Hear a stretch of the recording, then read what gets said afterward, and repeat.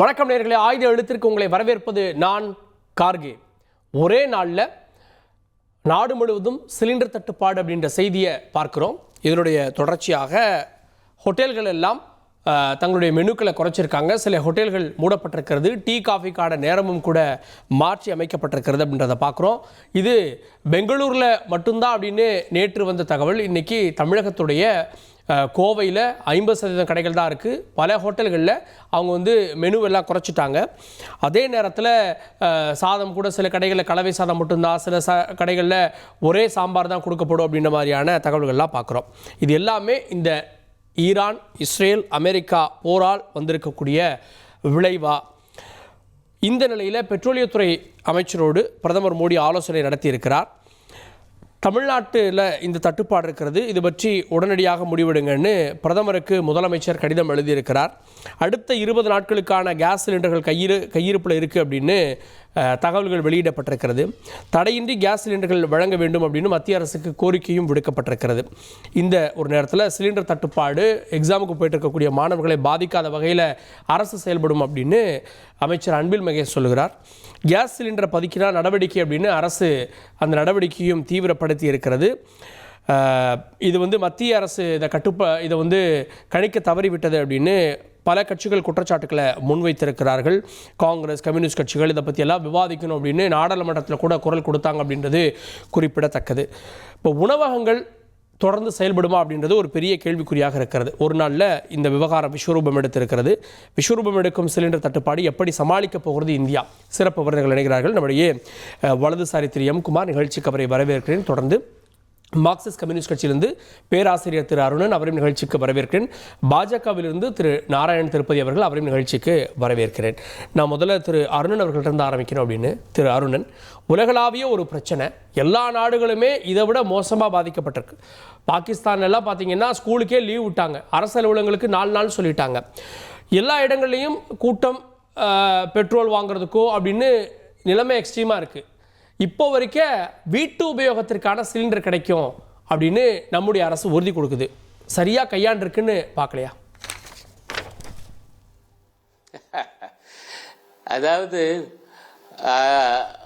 America, Israel கூட்டா சேர்ந்து ஒரு சுதந்திரமான நாடாகிய ஈரான் மீது கொடூரமான தாக்குதலை தொடுத்திருக்காங்க. அதனுடைய உச்சபட்ச தலைவர் கொமேனியை படுகொலை பண்ணியிருக்காங்க. இந்த மாதிரி செய்யும்போது அந்த நாடு ஏற்கனவே சொல்லியிருக்கு, எங்கள் மேலே நீங்கள் தாக்குதல் தொடுத்தீங்கன்னா நாங்கள் ஹார்மோஸ் ஜலசந்தியை அடைப்போம், ஆகவே அதை மூடுவோம், அப்போ கப்பல் போக்குவரத்து போகாது. இது ஒன்று அவங்க புதுசாக சொல்லலை, ஏற்கனவே சொன்னாங்க. இப்போ நம்மளை பொறுத்த வரையில் மிக அதிகமாக கச்சா எண்ணெயை இறக்குமதி பண்ணுறோம். குறிப்பாக மத்திய கிழக்குல இருந்து தான் அதிகமாக இறக்குமதி பண்ணுறோம். அங்கிருந்து இறக்குமதி பண்ணும்போது இந்த ஹார்முஸ் ஜலசந்தி வழியாகத்தான் நமக்கான அந்த கச்சா எண்ணெய் கப்பல்கள் வழியாக வரும். அப்போ இவங்க மூடுனா என்ன ஆகும் என்று நமக்கு தெரியாதா? இப்போ தாக்குதல் நடந்து ஒரு வாரமாக நடந்துகிட்டு இருக்கும்போது எல்லாம் சுதாரிச்சிருக்க வேண்டாமா? ஆனால் பார்த்தா திடீரென்று எங்களுக்கு பிரச்சனை. ஆகவே வீட்டு உபயோகத்திற்கான கேஸ் சிலிண்டருக்கு ஒரு சிலிண்டருக்கு 60 ரூபா உயர்த்தப்படுது. சரி, வணிக சிலிண்டர் அது ஏற்கனவே 2000 ரூபாய்க்கு மேலே போயிட்டு இருக்குன்னு நினைக்கிறேன். பார்த்தா திடீர்னு அதற்கான விநியோகமே நிறுத்தப்படுது என்று அறிவிக்குது. இதை யாருமே எதிர்பார்க்கல. அப்படின்றால் அந்த அளவுக்கு எந்த தயாரிப்பும் இல்லாமல், எந்த எச்சரிக்கை உணர்வும் இல்லாமல், இப்படி நடக்கும் என்கிற எந்த வகையான கணிப்பும் இல்லாமல் இந்த மோடி அரசு இருந்திருக்கிறது. ஆகவே இன்றைக்கு ஏற்பட்டிருக்கக்கூடிய இந்த நிலைமைக்கு முதலும் முடிவுமான ஒரே காரணி மோடி அரசு தான். அதுல கூட வீட்டு உபயோக சிலிண்டர்களுக்கு முன்னுரிமை கொடுக்கிறோம், நம்ம கமர்ஷியலா நிப்பாட்டிட்டோம் அப்படின்னு சில நிறுவனங்கள் சொல்றாங்க. மத்திய அரசும் வீட்டு உபயோக சிலிண்டர்களுக்கு முன்னுரிமை கொடுங்கன்றாங்க. அப்ப குறைந்தபட்சம் ஒரு கதவு திறந்திருக்குன்னு பார்க்க வேணாமா? அதாவது வீட்டு உபயோகத்துக்கு கொடுத்துருக்காங்க, நான் அதை ஒன்றும் மறுக்கலை. ஆனால் வணிக உபயோகத்துக்கு மறுத்தால் விநியோகமே இல்லை என்று நீங்க சொன்னீங்கன்னா ஹோட்டல்கள் எப்படிங்க இயங்கும்? திடீர்னு விறகு அடுப்புக்கு போக முடியுமா? அப்ப என்ன ஆகுது? பல ஹோட்டல்கள் முதல்ல செய்தி நீங்களே நல்லா தொகுத்து சொன்னீங்க அழகா. பெங்களூர்ல தான் அங்கே நிலைமை சிக்கல், ஹோட்டல்லாம் மூட போறாங்கன்னு. இப்போ பார்த்தா கோயம்புத்தூர், நீங்க இப்போ நான் செய்தி பார்த்துட்டு வர்றேன், புதுச்சேரியிலையும் பல ஹோட்டல்கள் மூடப்பட்டிருக்குன்னு. அப்ப தமிழ்நாட்டிலையும் சென்னை உட்பட பல இடங்கள்ல இப்போ அந்த ஹோட்டல் முன்னாடி இருக்கக்கூடிய அந்த அறிவிப்புகள்லாம் இருக்குது. அந்த மாதிரி இந்த ஐட்டம் மட்டும்தான் கிடைக்கும், அது இத்தனை மணி நேரம் தான் கிடைக்கும். காரணம் தெளிவா போட்டிருக்காங்க. காரணம் இந்த எல்பிஜி, இந்த கேஸ் சிலிண்டர், வணிக கேஸ் சிலிண்டர் தட்டுப்பாட்டின் காரணமாக. இப்ப நீங்க வணிக கேஸ் சிலிண்டரை இப்படி விநியோகம் பண்ணலைன்னா ஹோட்டல்கள் இயங்காதுன்னு உங்களுக்கு தெரியாதா? ஹோட்டல்கள் இயங்கவில்லை என்றால் நகர்ப்புறங்களில் போய் வேலை பார்த்துட்டு இருக்கக்கூடிய அந்த பிள்ளைகள் வீட்டில் இல்லை, அங்கே லாட்ஜில் தங்கியிருக்காங்க, இல்லாட்டி ரூம் வாடகை பிடிச்சி அல்லது அபார்ட்மெண்ட்டை வாடகை பிடிச்சி தங்கியிருக்காங்க. அவங்க இந்த மெஸ்ஸையும் ஹோட்டலையும் தானே நம்பி இருக்காங்க. அவங்களுக்கு நீங்க கேஸ் சிலிண்டர் தரமாட்டீங்கன்னா அவங்க வயிற்றுல அடிக்கிற வேலை இல்லையா? அது எப்படிங்க சாப்பிடுவாங்க? கூட எதிர்பார்க்கலையே. கேட்போம் திரு நாராயணன் அவர்கள்ட்ட. திரு நாராயணன், மத்திய அரசு இதை கணிக்க தவறிவிட்டதா? தாக்குதல் நடந்தது 28ஆம் தேதி அப்படின்னு பார்க்குறோம். ஒரு 10 நாட்கள் இடைவெளி இருந்தும் இதை சரியா கணிச்சிருந்தா இந்த அளவுக்கு ஒரு கிரைசிஸ் ஏற்பட்டிருக்காதே அப்படின்றாங்க. மத்திய அரசு ஒரு மிகப்பெரிய முன்னெச்சரிக்கையோடு இந்த விவகாரத்தை அணுகி இருக்கிறது.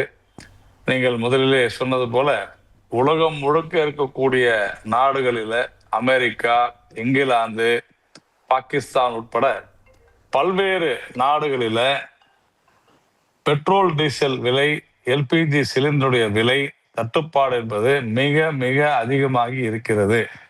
உலகத்திலேயே விலை ஏற்றம் இல்லாத ஒரு நாடு என்றால் அது இந்தியா தான் என்பதை முதலிலே நான் சொல்லி இல்லைங்க.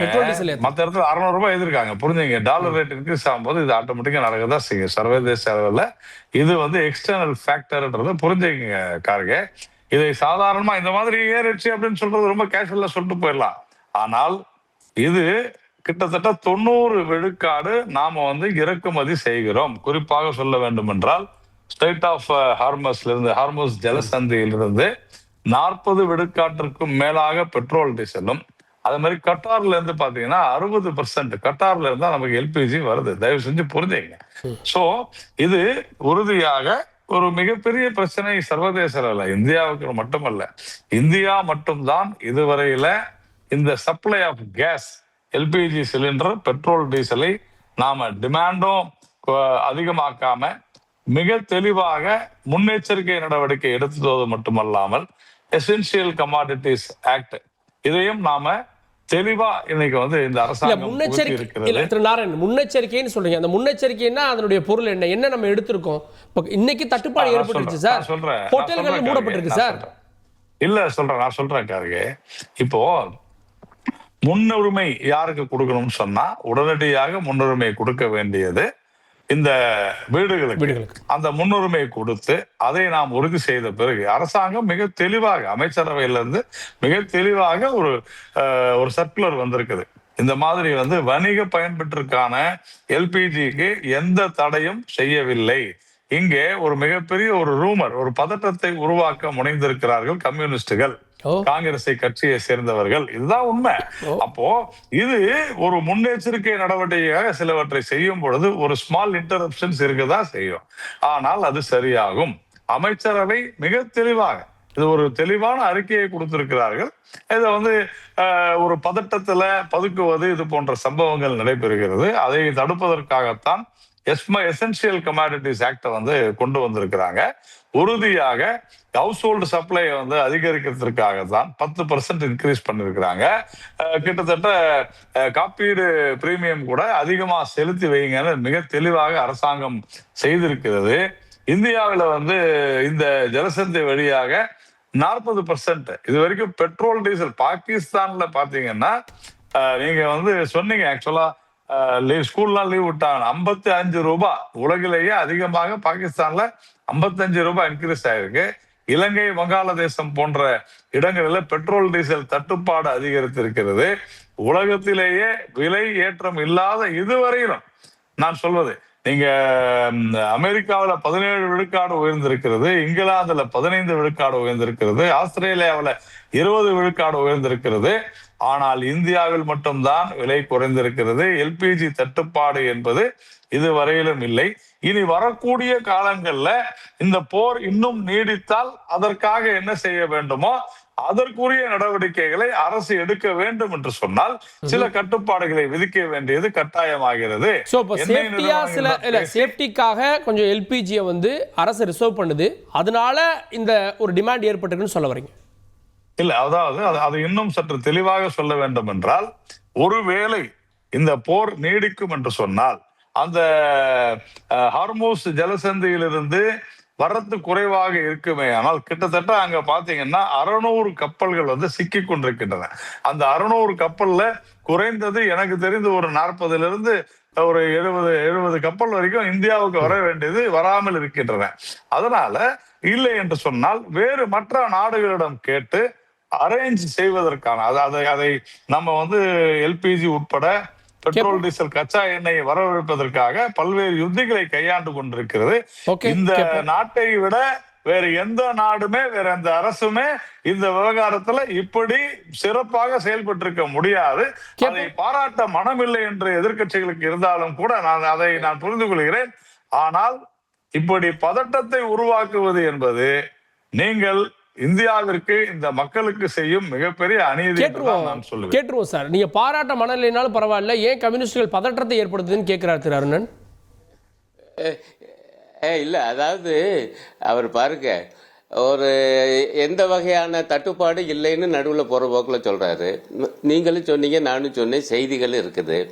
ஏங்க இந்த விஷயம் உண்மையா இல்லையா? இப்போ கூட பார்த்தேன், 4-5 பெட்ரோலிய நிறுவனங்கள்லாம் சேர்த்து கூட்டறிக்கையெல்லாம் எல்லா ஊடகங்களையும் வந்திருக்கு. அவங்க தெளிவாக சொல்றாங்க, ஐயா வீட்டு உபயோகத்துக்கு தான் தருவோம், முன்னுரிமைன்னா அதுதான், வணிக உபயோகத்துக்கு இப்ப கிடையாது, ரொம்ப அவசியமா மருத்துவமனைகள் போன்றவற்றுக்கு தருவோம், இல்ல உங்களுக்கு ரொம்ப அவசியம்னா எங்களுக்கு நீங்க அப்ளிகேஷன் போடுங்க. இவ்வளவு இருக்கு, எல்லா டிவிலையும் வந்திருக்குது.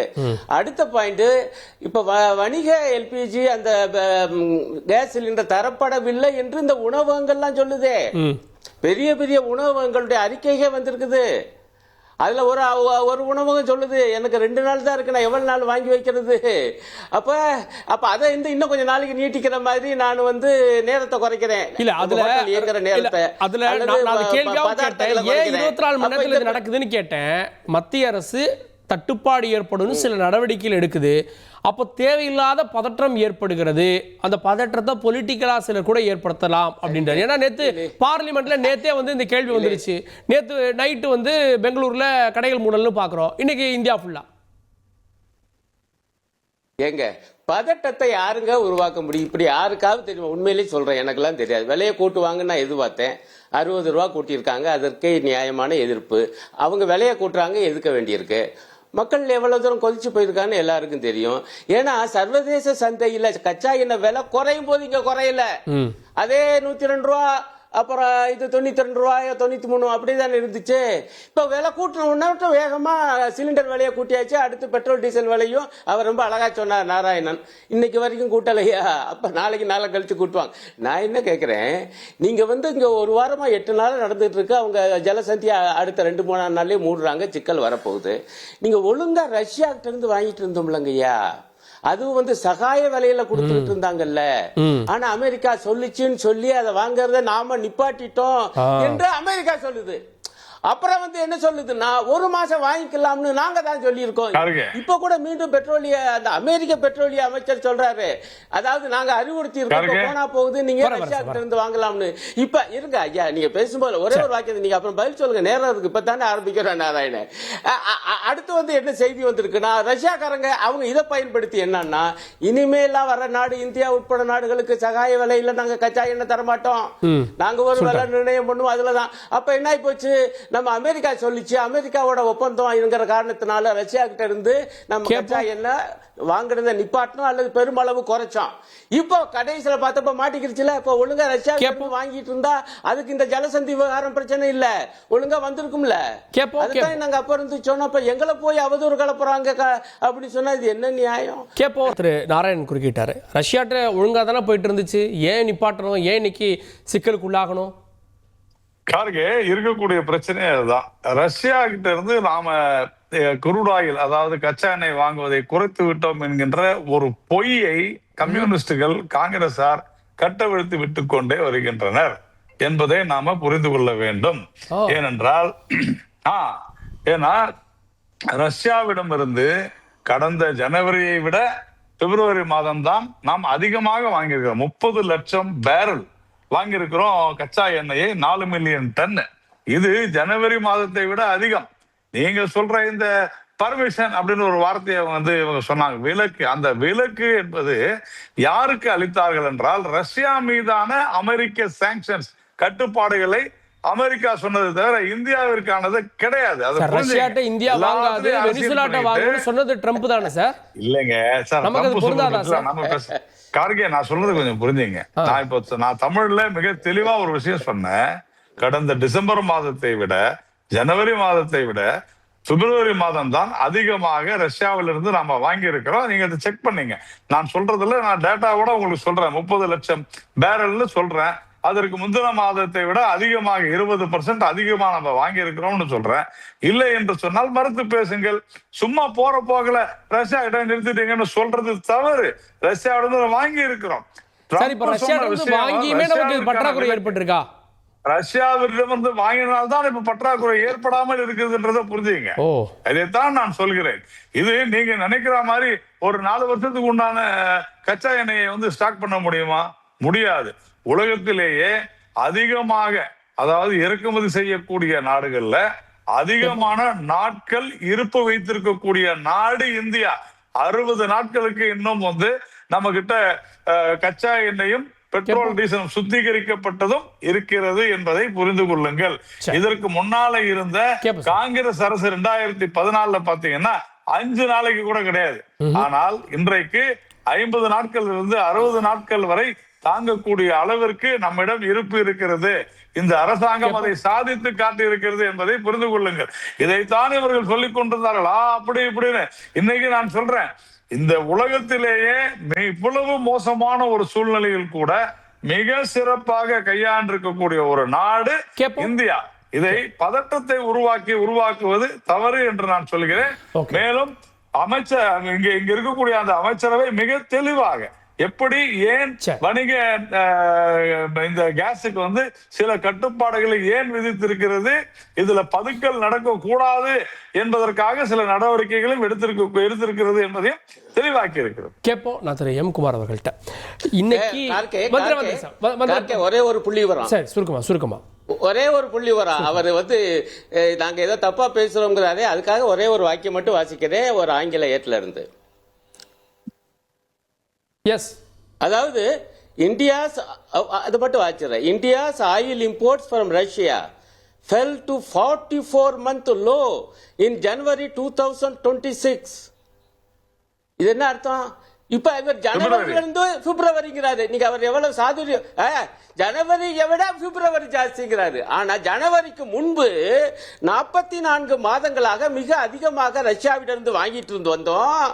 ஆனா ஜனவரிக்கு பிறகு குறைச்சிட்டோம், மிக குறைவாக. காரணம் அமெரிக்காவோடு அந்த ஒப்பந்தம் போடுவதற்காக என்று அந்த ஏடு சொல்லி இருக்கு என்பதை நான் நேயர்களுக்கு சமர்ப்பிக்கிறேன். ஓகே, நான் திரு குமார் அவர்கள்ட்ட. இன்னைக்கு நேற்று வரைக்கும் எல்பிஜி தட்டுப்பாடு ஏற்படும் அப்படின்னு யாரும் நினைக்கல. இன்னைக்கு எல்பிஜி, நாளைக்கு பெட்ரோல் டீசலா? சார், உலகத்திலேயே நம்பர் 1 பாப்புலேஷனில் இருக்கோம் நம்ம. இது நம்ம ஏஷியன் டெரிட்டரியில் நம்ம வடகிழக்கு இந்த ஈரான், இஸ்ரேல், இதெல்லாம் நம்ம பிராந்தியத்தில் நடக்கிற ஒரு மிகப்பெரிய, இதுவரைக்கும் இல்லாத ஒரு மோசமான, ஆமாம், மேற்காசியாவில் மிகப்பெரிய மோசமான ஒரு சம்பவங்கள் நடந்து கொண்டிருக்கின்றன. அதற்கு பல காரணங்கள். எண்ணெய் கிணறுகள் தாக்கப்படுகின்றன. எண்ணெய் கிணறுகள் தீயை நெருப்பாக எரிந்து கொண்டிருக்கிறது. தொலைக்காட்சியில் நம்ம பார்த்துக்கிட்டு இருக்கோம். 2 சைட்லேயும் 3 சைட்லேயும் வளைகுடா நாடுகள் எல்லாத்தையுமே ஈரான் அட்டாக் பண்ணி கொண்டு இருக்கிறது.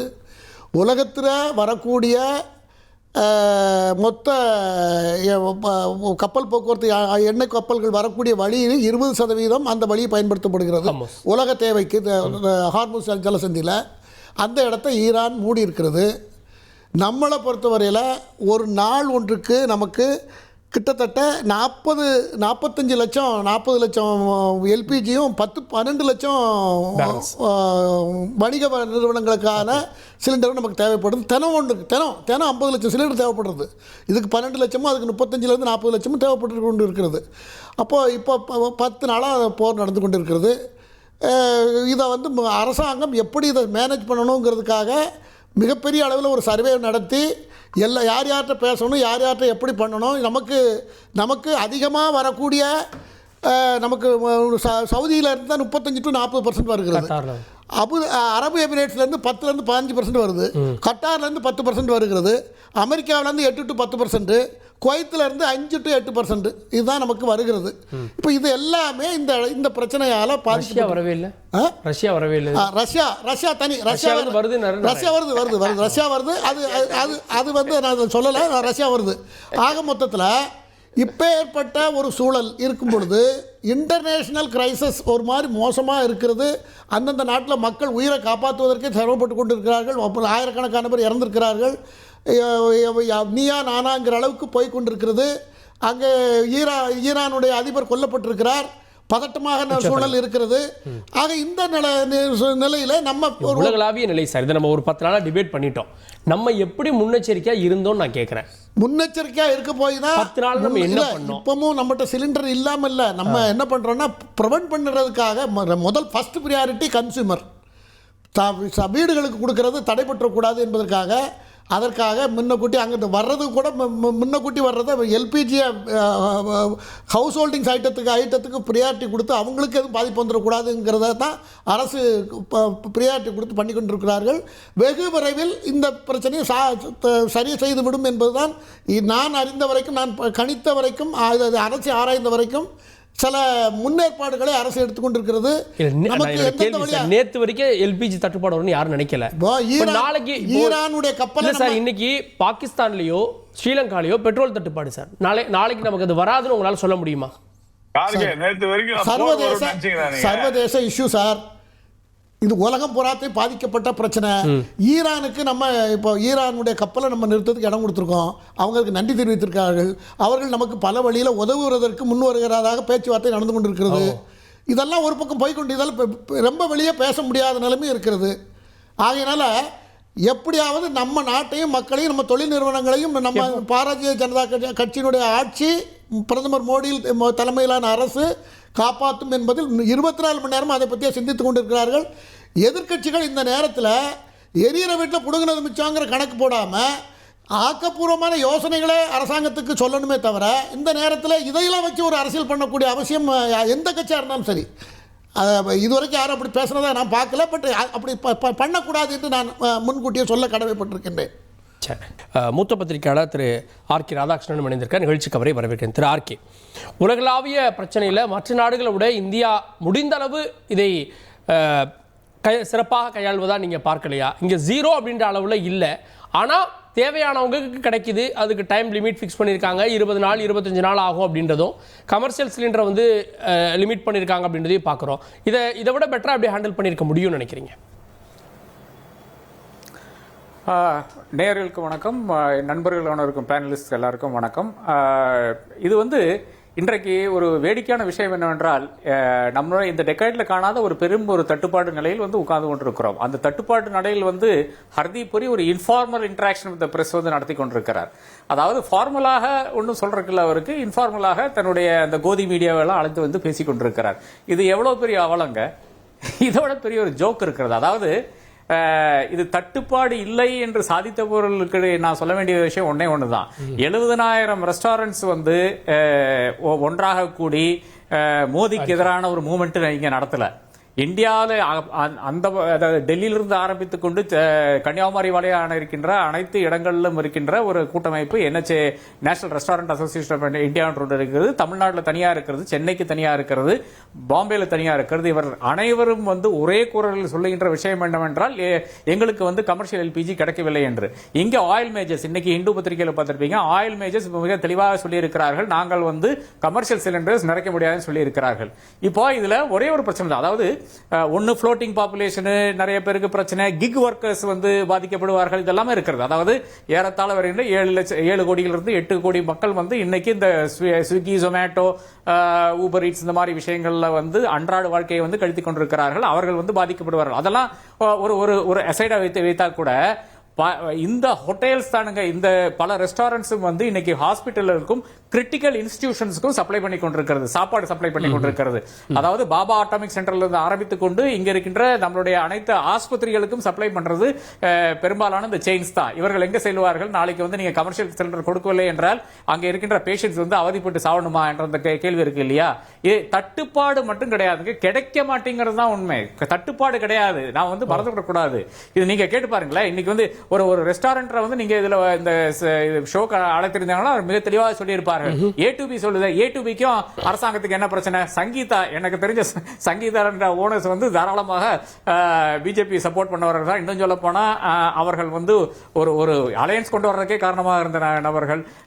அன்னபூர்ணாக்காரர் அவர் தான் நிர்மலா சீதாராமன் கிட்ட எடுத்து கேள்வி கேட்டு பிரச்சனையாகி அதன் பிறகு வந்து அவங்க கிட்ட மன்னிப்பு கேட்டவங்க. இவங்க எல்லாம் எந்திரிச்சு நின்று இன்னைக்கு சொல்லுகிறார்கள். அதாவது வேற வழி இல்லாமல் சொல்கிறார்கள். 7ஆம் தேதி நேஷனல் ரெஸ்டாரண்ட் அசோசியேஷன் வந்து 7ஆம் தேதி எழுதுங்க, ஹர்தீப் புரிக்கு லெட்டர் எழுதுங்க, பிரச்சனை இருக்கிறது, நம்ம கையில் நிக்காது என்று எழுதுகிறார்கள். அப்ப இது ஒரே ஒரு பக்கம், இந்த ரெஸ்டாரண்ட்ஸ் மட்டும் ஒரே ஒரு பக்கம். இன்றைய தினம் நான் வந்து ஃப்ரண்ட்லைன் இதுல கூட எழுதியிருக்கேன், அது இணையத்தில் வந்திருக்குது, நீங்க படிச்சு பார்த்தா ஒரு முக்கியமான விஷயம் என்னவென்றால், கேஸ் கிரிமட்டோரியத்துக்கு கேஸ் கிடையாதுங்க. பூனேல கிரிமட்டோரியம் வந்து ஷட் டவுன் ஆயிருக்கிறது, இன்னைக்கு ஷட் டவுன் ஆயிருக்கிறது. அதாவது அப்ப நாம என்ன சொல்றது, வெட்டியார்கள் வந்து அங்க இருக்கிற வெட்டியான்கள் வந்து இந்த அரசாங்கத்துக்கு எதிராக ஒரு இமேஜ் செட் பண்றாங்க, நேரேட்டிவ் செட் பண்றாங்கன்னு சொல்ல முடியுமா?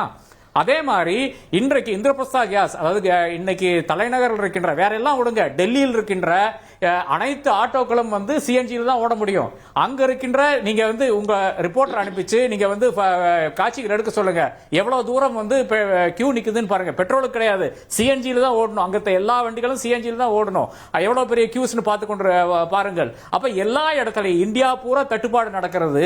இந்த தட்டுப்பாடை எல்லாம் மீறி கொண்டு நாம இப்ப ஏதாச்சும் பெரிய கூட்டம் நடந்ததா? பிரதமர் தலைமையில இது ஒரு கிரைசிஸ், கூட்டம் நடந்தான்னு பார்த்தா ஒண்ணுமே கிடையாது. பிரதமர் வந்து நாளைக்கு கிளம்பி கேரளாவுக்கு வராது, தமிழ்நாட்டுக்கு வராது, இங்க தேர்தல் நடக்கிறது. அதே மாதிரி தான் மார்ச் 1ஆம் தேதி பெட்ரோலியம் மினிஸ்டர் 28ஆம் தேதி பெட்ரோலியம் மினிஸ்டர் நிலைமையை விசாரிச்சிருக்காரு, தேவையான நடவடிக்கை எடுங்கன்னு சொல்லியிருக்காரு. அதாவது ஜோ உச்சித் சமஜோன் அப்படின்ட்டு நரவணே சொன்னார் இல்லையா? சைனா வந்து அங்கிருந்து தன்னுடைய டேங்க்ஸ் எல்லாம் எடுத்துக்கொண்டு வந்து கொண்டிருக்கிறது, நான் என்ன செய்ய வேண்டும் என்று கேட்டதுக்கு ஜோ உச்சித் சமஜோ, நீங்க என்ன கரெக்டா நினைக்கிறீங்களோ அது பண்ணிக்கோ அப்படின்ற ஒரு ஆர்டர் கொடுத்ததாக நரவணே சொல்றாரு. அதற்கு எதிர்வினை ஒன்றும் வரவில்லை என்றுதான் உண்மை நிலையா இருக்கிறது. ஏதாத்தாலும் அதே மாதிரி ஒரு நிலைமை தான் இங்கேயும் நடந்து கொண்டிருக்கிறது. என்னை பொறுத்தளவில் வந்து இது வந்து தன்னுடைய அந்த ரெஸ்பான்சிபிலிட்டியை தட்டி கழிக்கின்ற விஷயம். மார்ச் 1ஆம் தேதி வந்தார் இல்லையா? 28ஆம் தேதி போர் வெடிக்கிறது. 28ஆம் தேதி வந்து விட்டார். இங்கே வந்து நாயனார் நாகேந்திரன் கூடயும் நம்ம ஐ திங்க் நம்ம நாராயண சார் கூட எதிர்பார்த்து நினைக்கிறேன். அவரு இங்க ராஜ்பவன்ல லோக் பவன்ல வந்து கூட்டம் நடக்கிறது. அதன் பிறகு வந்து மதுராந்தகம் செல்கிறார், மதுரை செல்கிறார். அதன் பிறகு சண்டே நைட் திரும்பி போறாரு. கேபினட் கமிட்டி ஆஃப் செக்யூரிட்டி எப்ப கூடுறதுன்னு பாத்தீங்கன்னா போர் ஆகி 2 நாள் கழித்து அவருங்க பிரச்சாரம் எல்லாம் முடித்து விட்டு அங்க செல்லும் போது அதன் பிறகு 11 மணிக்கு மேல வந்து சண்டே நைட்டு வந்து அங்க வந்து கேபினட் கமிட்டி ஆன் செக்யூரிட்டி கூடுகிறது. அப்ப இது என்ன தேர்தலுக்காக நடக்கின்ற அரசாங்கமான்ற கேள்வி இருக்கிறது. என்னை பொறுத்தவரை இதை விட பெரிய ஒரு கிரைசிஸ், ஒரு ஆயில் கிரைசிஸ், பெட்ரோலியம் கிரைசிஸ் நான் ஃபேஸ் பண்ணதில்லை. அப்கோர்ஸ் இப்போதைக்கு போர்க்காலங்கள் இதை விட ரொம்ப மோசமா இருந்திருக்கு சார். போர்க்காலங்கள் இதை விட ரொம்ப மோசமா பெட்ரோல் டீசல் இல்லாம இருந்த சூழல்லாம் இருந்திருக்கே. இல்ல நான் சொல்றேன், இந்த டெக்கேட்னோட எக்ஸ்பீரியன்ஸ் சொல்றேன். அதாவது பலருக்கும் வந்து குறிப்பாக வந்து இந்த ஜெனரேஷன்ல இருக்கிற இளைஞர்களுக்கு 10 வருஷத்துக்கு மேல இருக்கின்ற தட்டுப்பாடுகளை பத்தி தெரியாது. நாம 2008 பார்த்ததானுங்க, $140 மட்டும் போச்சுங்க பெட்ரோல். அதெல்லாம் நான் பார்த்ததுதான். க்ரூட் ஆயில் அதெல்லாம் நான் பார்த்ததுதான். அதை விட்டு விடுங்கள். அந்த 2008 பிறந்தவங்க வந்து இன்னைக்கு வந்து ஓட்டு போட போறாங்க 2026. அதை நான் மறந்து விட கூடாது. அதனால நான் சொல்றேன், இந்த 1 டெக்கேட்ல பார்க்காத விஷயம், we didn't have a cabinet meeting, we didn't have a briefing by a responsible person of the cabinet. அதான் கேப்போம். டாக்டர் சுமந்த் அவர்கள் இணைந்திருக்கார், அரசியல் விமர்சகர், நிகழ்ச்சிக்கு அவரை வரவேற்க. டாக்டர் சுமந்த், நான் பேசலாமா? எஸ் நான் உங்கள்கிட்ட வந்துடுறேன். சுமந்தோடைய பார்வை, நான் அவங்க தான் வந்திருக்காங்க, நான் திரும்ப உங்கள்கிட்ட தான் வருவேன். டாக்டர் சுமந்த், இந்த நிலைமை எப்போ சரியாகும்னு பார்க்குறீங்க? மத்திய அரசு ஒன்றுமே செய்யாமல் இருக்கு அப்படின்னு எதிர்கட்சிகள் சொல்லுது, அப்படி எடுத்துக்கணுமா? ஏன்னா இன்னைக்கு 0 அப்படின்ற ஒரு லெவலில் இல்லை, கிடைக்குது, ஆனால் கமர்ஷியல் கிடைக்கல அப்படின்றாங்க. முதல்ல அரசாங்கம் இதை முற்றிலும் தடுத்திருக்க முடியுமான்னா முடியாது. ஏன்னா நம்ம கேஸை பொறுத்த வரைக்கும் நமக்கு கிட்டத்தட்ட 50% வந்து ஸ்ட்ரெயிட் ஆஃப் ஹார்மூஸ் வழியா நமக்கு வருது. அதனால ஒரு 1/3 நாம் சொந்த தயாரிப்பு இருக்கிறது.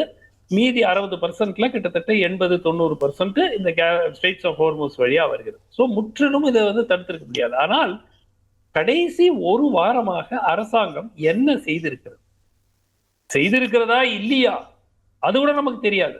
ஏன்னா நமக்கு வர்ற இன்ஃபர்மேஷன் எல்லாமே code and code சோர்சஸ்ங்கிறாங்க.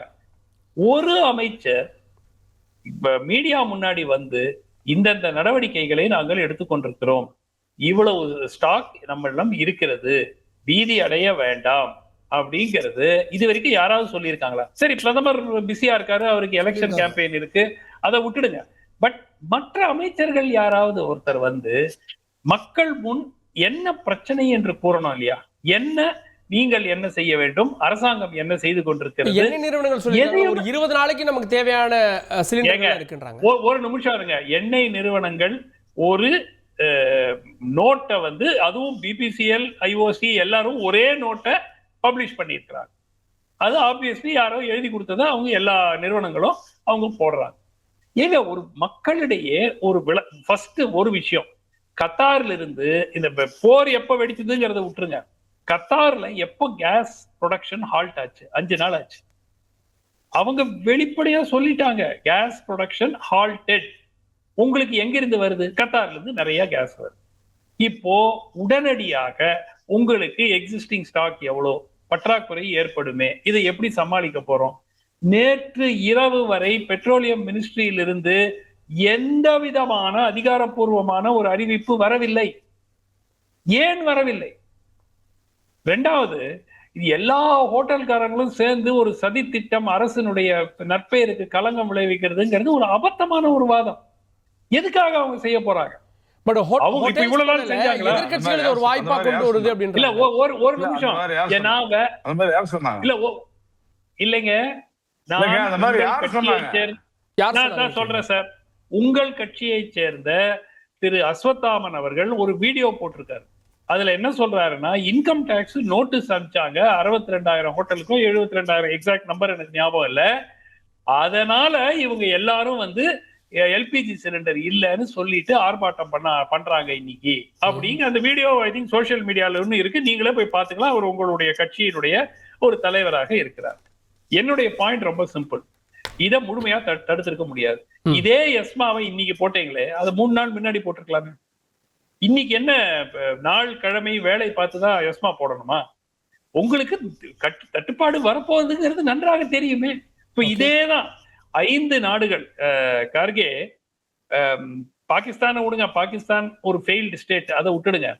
Philippines, Thailand, Vietnam, Bangladesh போன்ற நாடுகள் ஏற்கனவே ஒர்க் ஃப்ரம் ஹோம் அறிவிச்சுட்டு ஃபியூவல் கன்சர்வேஷன் மெஷர்ஸ்னு ஒரு 5-6 விஷயங்களை மக்கள் செய்ய வேண்டும். இது வரைக்கும் ஏதாவது கேள்விப்பட்டிருக்கீங்களா? இந்தியன் கவர்மெண்ட் இருந்து வந்த அனௌன்ஸ்மெண்ட். எப்போ அந்த அறிவிப்பு வரப்போகிறது? உங்களுக்கு தெரியும் ஒரு தட்டுப்பாடு வரப்போகிறது என்று. இந்த போர் எப்ப முடியுதுன்னு உங்களுக்கும் தெரியாது. அது ட்ரம்ப் எப்போ முடிவு எடுக்கிறாரோ, ட்ரம்ப் முடிவு எடுத்தா கூட ஈரான் அதை ஏற்றுப்பாங்களோ, எதுவுமே நமக்கு தெரியாது. சோ இந்த மெஷர்ஸ் எல்லாம் கொண்டு வராமல் ஒண்ணுமே இல்ல, நிறைய இருக்கு. Sources 70 days LPG stock available. அப்ப 70 days ஸ்டாக் அவைலபிள்னா ஏன் இவ்வளவு ஹோட்டல்காரங்க இந்த மாதிரி உட்கார்ந்து நோட்டீஸ் போட்டுட்டு இருக்காங்க வெளியே? இது லாஜிக் தானே? இது எல்லாமே வந்து ஒரு அரசுக்கு களங்கம் விளைவிக்கிறதுக்காக செய்யறாங்கிறது எந்த மாதிரி ஒரு லாஜிக்கல் இல்லாஜிக்கல் வாதம்? அதாவது கார்கே, இப்போ சுமந்த், என்னுடைய நண்பர் ஆர்கே ராதாகிருஷ்ணனும் அதே மாதிரி நண்பர் சுமந்த் ராமன் அவர்களும் இங்க வந்து அரசியல் தான் பேசிக்கிட்டு இருக்காங்க. எவ்வளவு பெரிய ஒரு சர்வதேச ஒரு போர் நடந்துகிட்டு இருக்குது. ஆர்கே வந்து வழக்கம் போலன்னு சொல்ல முடியாது, இன்னும் கொஞ்சம் அதிகமாகவே இன்னைக்கு சற்றே எலெக்ஷன் வர்றதுனால கொஞ்சம் தூக்கலாவே அரசியலோடய பேசிக்கிட்டு இருந்தாரு எல்லாத்தையுமே. பிரதமர் இங்க வந்தாரு, அங்க போனாரு அப்படின்னா சுமந்த் ராமன் என்ன சொல்றாரு, இது வரைக்கும் அந்த அமைச்சர் என்ன பண்ணிக்கிட்டு இருந்தாரு, அமைச்சர் போர் துவங்கிய 4வது நாள்ல அதாவது 5ஆம் தேதி மிக தெளிவாக நம்ம இடத்துல ஸ்டாக்ஸ் இருக்குது, ஒன்னும் பிரச்சனை இல்லை, நாங்க இன்னைக்கு சொல்றதுதான் அன்னைக்கு சொல்லிருக்காங்க, நாங்க we are stepping up the production அப்படின்னு சொல்லி என்னென்ன முன்னேற்பாடுகள் செய்யப்படுகிறது, என்ன மாதிரி முன்னெச்சரிக்கை நடவடிக்கை எடுக்கப்பட்டிருக்கிறது, எவ்வளவு ரிசர்வ் நம்மள்கிட்ட இருக்குது, எப்படி நாம இதை அதிகரிக்க போறோம்.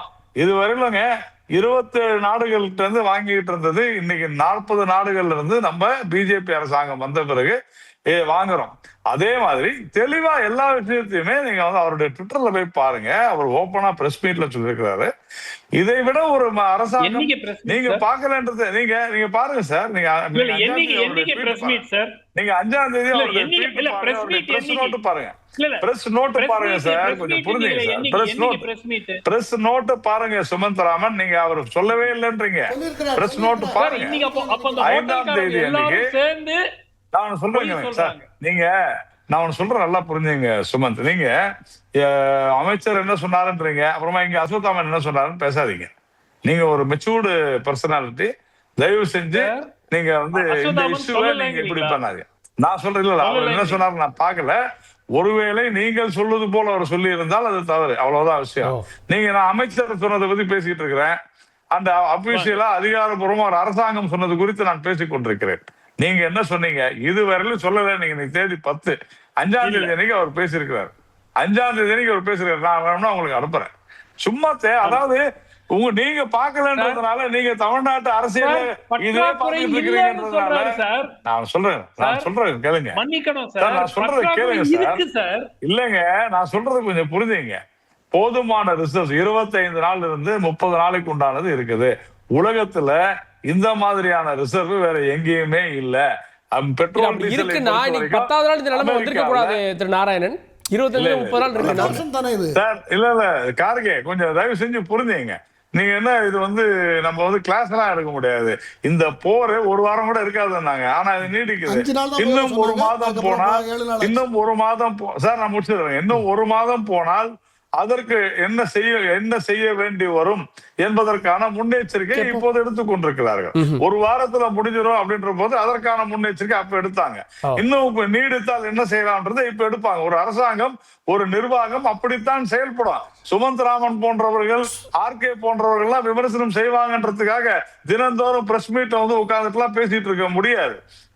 பார்லிமெண்ட்ல கூட மிக தெளிவாக சொல்லி இதை விட ஒரு சிறந்த நிர்வாகம் இல்ல சார். இன்னைக்கு எடுக்கிற இந்த கட்டுப்பாடுகளை ஏன் நம்ம முன்னாடியே எடுக்கல? பிலிப்பைன்ஸோ போன்ற நாடுகள்லாம் ஒர்க் ஃப்ரம் ஹோம் அரேஞ்ச் பண்ணிட்டாங்க. பெட்ரோல் டீசல் வாகனங்கள்லாம் குறைஞ்சிருச்சு. அதெல்லாம் அவ்வளவு சேவ் பண்ணப்பட்டிருக்குல்ல. நல்லா புரிஞ்சுங்க சார். அங்கெல்லாம் ரிசர்வே கிடையாது சார். இங்க ரிசர்வ் இருக்கு சார். இன்னும் 60 நாளைக்கு தேவையான கச்சா எண்ணெய் நம்மகிட்ட இருக்குது. புரிஞ்சுக்குங்க. அந்த 60 நாள்ன்றது 120 நாள் ஆச்சுன்னா என்ன செய்யறது அப்படிங்கிற ஒரு அரசாங்கம் முன்னெச்சரிக்கை நடவடிக்கை எடுக்குது. இதை விட எப்படி நான் இதை எளிமையா சொல்றதுன்னு எனக்கு புரியல. மேபி அந்த அளவுக்கு எனக்கு வந்து விளக்க என்னால முடியல. படித்தவர்கள் என்னுடைய நண்பர்கள் இன்னும் ஆக்கப்பூர்வமா நம்ம சேமிச்சு வைக்கணும் அப்படின்றப்ப சில கட்டுப்பாடுகள் வேணும்ல. அதுதான் இப்ப அரசு பண்ணிட்டு இருக்குன்றார் திரு ஆர்கே. இல்ல அப்போ இல்ல சில விஷயங்கள் வந்து நாம் புரிந்து கொள்ள என்னுடைய புரிதலுக்கு அப்பாற்பட்டிருக்குது. அதாவது எல்பிஜி கேஸ் வந்து இதுவரை வீட்டுக்கான இது வந்து 21 டேஸ் வந்து 25 டேஸாக அதிகரித்திருக்கிறார்கள். அது ஏன் என்ற இது இருக்கு இல்லையா, 21 டேஸ்ன்றது ஒரு பெரிய ஒரு கால அளவு தான். அத்தனை நாள் ஆகிறது கிடையாது. டெஃபினட்டாக ஒரு 3 நாள்ல 4 நாள்ல வந்து கொடுத்துறாங்க, அது வேற விஷயம். ஆனால் இப்போது வந்து 25 டேஸ் 25 நாள் ஆகும் என்று கூறியிருக்கிறார்கள். இந்த பிரச்சனையே இல்லை என்றால் 70 நாளைக்கு நிற்கும் என்றால் தாராளமாக, இல்லை என்றால் 70 டேஸ் ஸ்டாக் இருக்கும் என்றால் இது எதற்கு என்ற விஷயம் இருக்கிறது. இரண்டாவதாக ஒரு கன்சர்வேஷன் ஒரு ஸ்ட்ராட்டஜி தேவைப்படுகிறது, அதுக்கு ஒரு கூட்டம் தேவைப்படுகிறது. அந்த கூட்டம் நடந்ததா என்று நமக்கு இன்னும் தெரியவில்லை. அதாவது இப்ப வியட்நாம் எடுத்துக்கங்க. வியட்நாம் வந்து இப்பவே என்ன செய்திருக்காங்கன்னு பாத்தீங்கன்னா ஒர்க் ஃப்ரம் ஹோம் வந்து கட்டாயமாக அரசாங்கம் கூறியிருக்கிறது. தாய்லாந்து என்ன செய்திருக்குன்னு பாத்தீங்கன்னா ஒர்க் ஃப்ரம் ஹோம் வந்து கட்டாயமாக அரசாங்கம் கூறியிருக்கிறது. பங்களாதேஷ் வந்து நாம வந்து ஒரு 5000 லிட்டர் டீசல் இன்னைக்கு வந்து கொடுத்திருக்கிறோம். ஆனால் அதுக்கு முன்னாலேயே 4 நாள் முன்னாலேயே அவங்க வந்து எஜுகேஷனல் இன்ஸ்டிடியூஷன்ஸ் எல்லாம் க்ளோஸ் பண்றாங்க. நம்ம கிட்ட இந்த மாதிரியான ஒரு இன்டெகிரேட்டட் ஸ்ட்ராட்டஜி எப்ப இருக்குன்னு பாத்தீங்கன்னா கிடையவே கிடையாது. அதுதான் என்னுடைய மிகப்பெரிய பிரச்சனை. இல்ல ஒரு நிமிஷம் முடிக்கிறேன் கார்கே 2 மினிட்ஸ் கொடுங்க அதாவது பல தளங்கள்ல வந்து இது வந்து நாம் வந்து அப்ரோச் பண்ண வேண்டும். அந்த தளங்கள் எல்லாம் அப்ரோச் பண்ணவில்லை. திடீரென்று இன்னைக்கு வந்து எஸ்மா இம்ப்ளிமெண்டேஷன் வருது. இன்னைக்கு தான் தெரிஞ்சுதான் என்ற விஷயம் இருக்குது இல்லையா? அதே மாதிரி நம்மளுடைய எண்ணெய் வந்து நாம எங்க இருந்து வாங்க வேண்டும், கேஸ் வந்து நாம எங்க இருந்து வாங்க வேண்டும் என்ற அந்த இது வந்து நம்ம இறையாண்மை வந்து நமக்கு இருக்கிறது. அந்த அது யார் அமெரிக்கா வந்து 30 நாளைக்கு நீங்க வந்து ரஷ்யா கிட்ட இருந்து வாங்கிறீங்கன்னு சொல்றதுக்கு? அதாவது ஃபர்ஸ்ட் ஸ்ட்ராட்டஜிக் பிளண்டர் என்னவென்றால் நாம வந்து அமெரிக்காவினுடைய பேச்சை கேட்டுக்கொண்டு இல்லையா அமெரிக்காவுக்கு பயந்து கொண்டு இந்த அரசாங்கம் ரஷ்யன் க்ரூட வந்து நிறுத்தது. இது நம்மளுடைய பெரிய பிரச்சனை. நாம இன்னைக்கு வந்து பெட்ரோல் டீசல் தட்டுப்பாடு இருந்திருக்க வேண்டிய சூழ்நிலையே கிடையாது. அது வந்து வந்திருக்காது. ஏனென்றால் நமக்கு வந்து இது கன்செஷனல் ரேட்ல ரஷ்யால இருந்து கிடைத்துக் கொண்டிருந்தது. இன்னைக்கு ரஷ்யா என்ன சொல்லுது, நமக்கு இந்த 30 டேஸ் கிடைச்ச உடனே ரஷ்யா என்ன சொல்லுதுன்னு பாத்தீங்களா, நம்மளுடைய 85% இம்போர்ட்ஸ்ங்க, ஆயில் வந்து 85% இம்போர்ட்ஸ். இது மட்டும் தான், கேஸ் மட்டும் தான் about 45% 50% மட்டும் தான் இம்போர்ட்ஸ். ஆனா ஆயில் 85%. நாம அமெரிக்காவை நம்பி என்னாச்சுன்னு பாத்தீங்கன்னா இங்க விட்டுட்டோம். ஒண்ணு. ரெண்டாவதாக நாம இப்ப போய் ரஷ்யா கிட்ட கேட்கும்போது அவங்க என்ன சொல்றாங்க தெரியுமா, நீங்க ஃபுல் காசு கொடுத்து வாங்கிக்கோ, உனக்கு வந்து ப்ரையாரிட்டி கிடையாதுங்கிறான். சைனா என்ன செஞ்சுச்சு, சைனா கிட்ட இவங்க ஃபர்ஸ்ட் வந்து இந்த பிரச்சனையை எழுப்பவில்லை. நீங்க வந்து அங்கிருந்து வாங்குனீங்கன்னா நாங்க உங்க மேல வந்து ரெஸ்ட்ரிக்ஷன் விதிப்போம் என்ற அந்த விஷயத்தை வந்து அவங்க சைனா மேல அமெரிக்கா எழுப்பவே இல்லை. ஏன் எழுப்பவில்லை? ஏனென்றால் சைனாவை பார்த்து பயப்படுகிறார்கள் அமெரிக்கா என்று நமக்கு தெளிவாக தெரிகிறது. இவ்வளோ சூழ்நிலையில இருக்கும்போது நாம திடீரென்று இது இன்டெகிரேட்டடா நாம் பார்க்கவில்லை. நம்மளுடைய இன்ட்ரெஸ்ட் நாம் வந்து பார்க்கவில்லை. வேற ஏதோ காரணங்களுக்காக. கடைசியாக ரிலையன்ஸ் இப்போது வந்து ஜாம்நகர் தான் இந்தியாவில் இருக்கிறதுலயே பிக்கஸ்ட் ரிஃபைனரி. அங்கிருந்து இன்னும் ஏன் பெட்ரோலியம் ப்ராடக்ட்ஸ் எக்ஸ்போர்ட் ஆகுது என்ற கேள்விக்கு இந்த அரசாங்கம் பதில் சொல்லுமா? பாஜக ரெப்ரசன்டேட்டிவ் பதில் சொல்வாரா? சுமந்த் சிறிய குறுக்கீடு மட்டும் ஒரே ஒரு சிறிய குறுக்கீடு.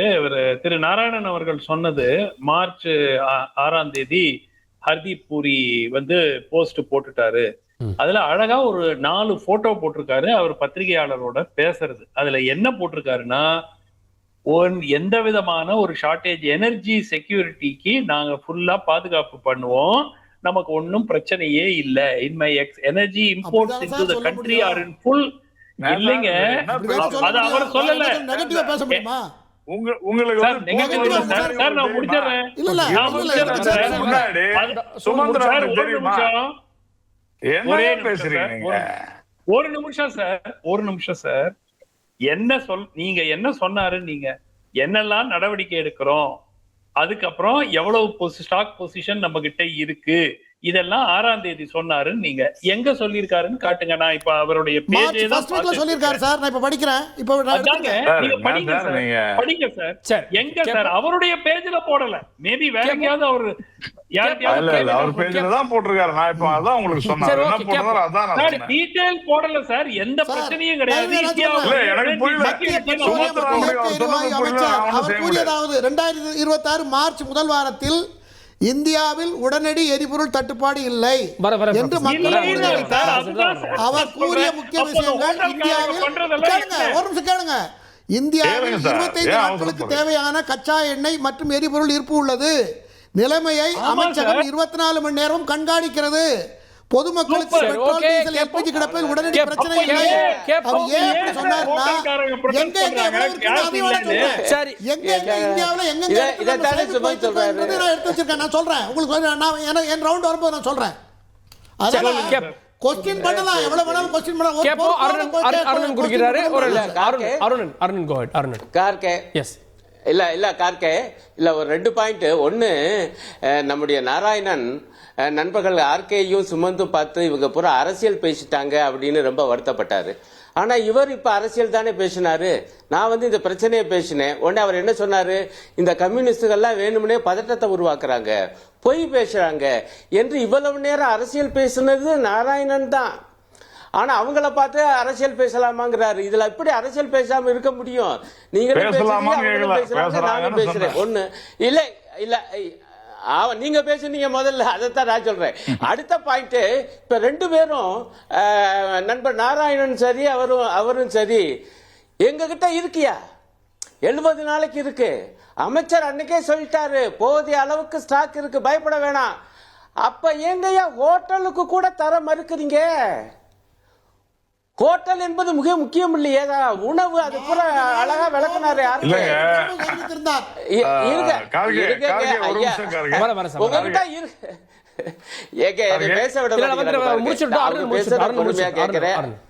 நான் முடிச்சிடறேன், நீங்க அப்புறம் பதில் சொல்லுங்கயா. என்ன இல்ல, நாங்க எழுப்புற கேள்வி நியாயமா தர்க்க ரீதியானதா?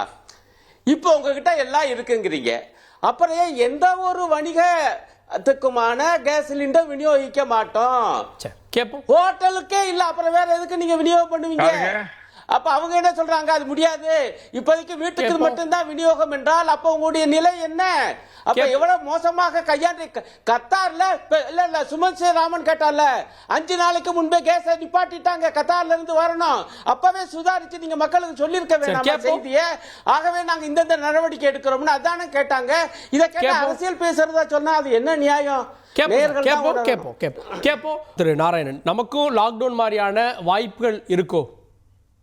இல்ல, அதாவது கார்கே, இந்த லாக்டவுன் இல்ல ஒர்க் ஃப்ரம் ஹோம் ஏன் சொன்னாங்க அப்படின்னு சொன்னா, இந்த ஃபியூயல் பிரைசஸ் அதிகமாச்சு. இப்ப வியட்நாம் பத்தி நம்ம ஆர்கே வந்து பேசினாரு.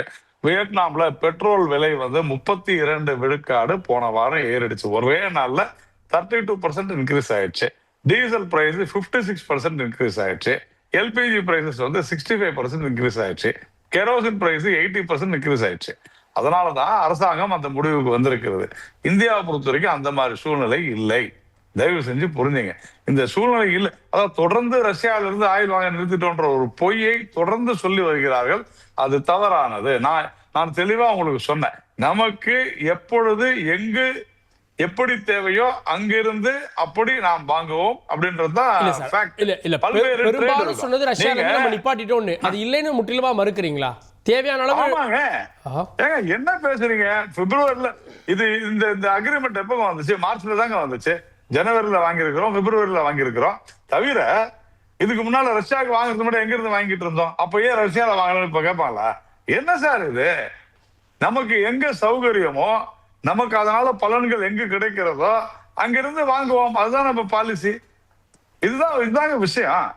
அப்போ இது வந்து ஸ்ட்ராட்டஜி சார். இதுதான் வந்து நிர்வாகம். சும்மா இங்க உட்காந்துட்டு ஏதோ ஒண்ணு பேசணுன்றதெல்லாம் தவறான விஷயங்க, தப்பு அது. இப்போ நாம மிக தெளிவாக அதே மாதிரி தான் வந்து Thailand is the most vulnerable state. பாதிக்கப்படக்கூடிய ஒரு நாடு வந்து தாய்லாந்து ஏசியால. ஏன்னா முழுக்க அவங்க இம்போர்ட்டை நம்பிதான் இருக்கிறாங்க. அப்போ இந்த மாதிரியான நாடுகள் அந்த மாதிரி முடிவு எடுத்திருக்கிறது. அந்த மாதிரி சூழ்நிலை இல்லை. தவிர கார்கே, முதல்ல ஒரு விஷயத்த நாம புரிஞ்சுக்கணும். இந்தியாவில் கிட்டத்தட்ட 60 நாட்களுக்கு உண்டான ரிசர்வ் இருக்குது, இருப்புகள் இருக்கிறது அப்படின்னு சொல்லும் பொழுது, இந்த போர் வரும்னு 28ஆம் தேதி இல்லைங்க சுமந்த்ராமன் சொல்லுவாரா? எனக்கு 15ஆம் தேதியே தெரியுங்க, இவங்க வந்து ஈரானை அடிக்க போறாங்க அப்படின்னு எனக்கு தெரியும், கோமேனியை வந்து இந்த மாதிரி செய்ய போறாங்கன்னு தெரியும்னு சுமன் சொல்லுவாரா? 28ஆம் தேதி தான் எல்லாருக்குமே தெரியும். காலைல முடிச்சு பார்க்கும்போது இந்த மாதிரி பிரச்சனைன்றது தெரியும். தயவு செஞ்சு புரிஞ்சுங்க. பட் ஈரான் அட்டாக் பண்ண போறாங்கன்றது ஒரு மாசமா எல்லாரும் பேசிட்டு இருந்தாங்க சார். நான் சொல்றத கொஞ்சம் தயவு செஞ்சு புரிஞ்சுங்க. ஸ்பெகுலேஷனை விட்டுருங்க. நான் கேட்பது அதே மாதிரி ஒரு வாரத்துக்குள்ள போர் முடிஞ்சிடும் அப்படின்றத ஒரு சூழ்நிலை இருந்தது. அதுதான் எல்லாரும் அனுமானிச்சாங்க. ட்ரம்ப் கூட அப்படிதான் பேசினாப்புல.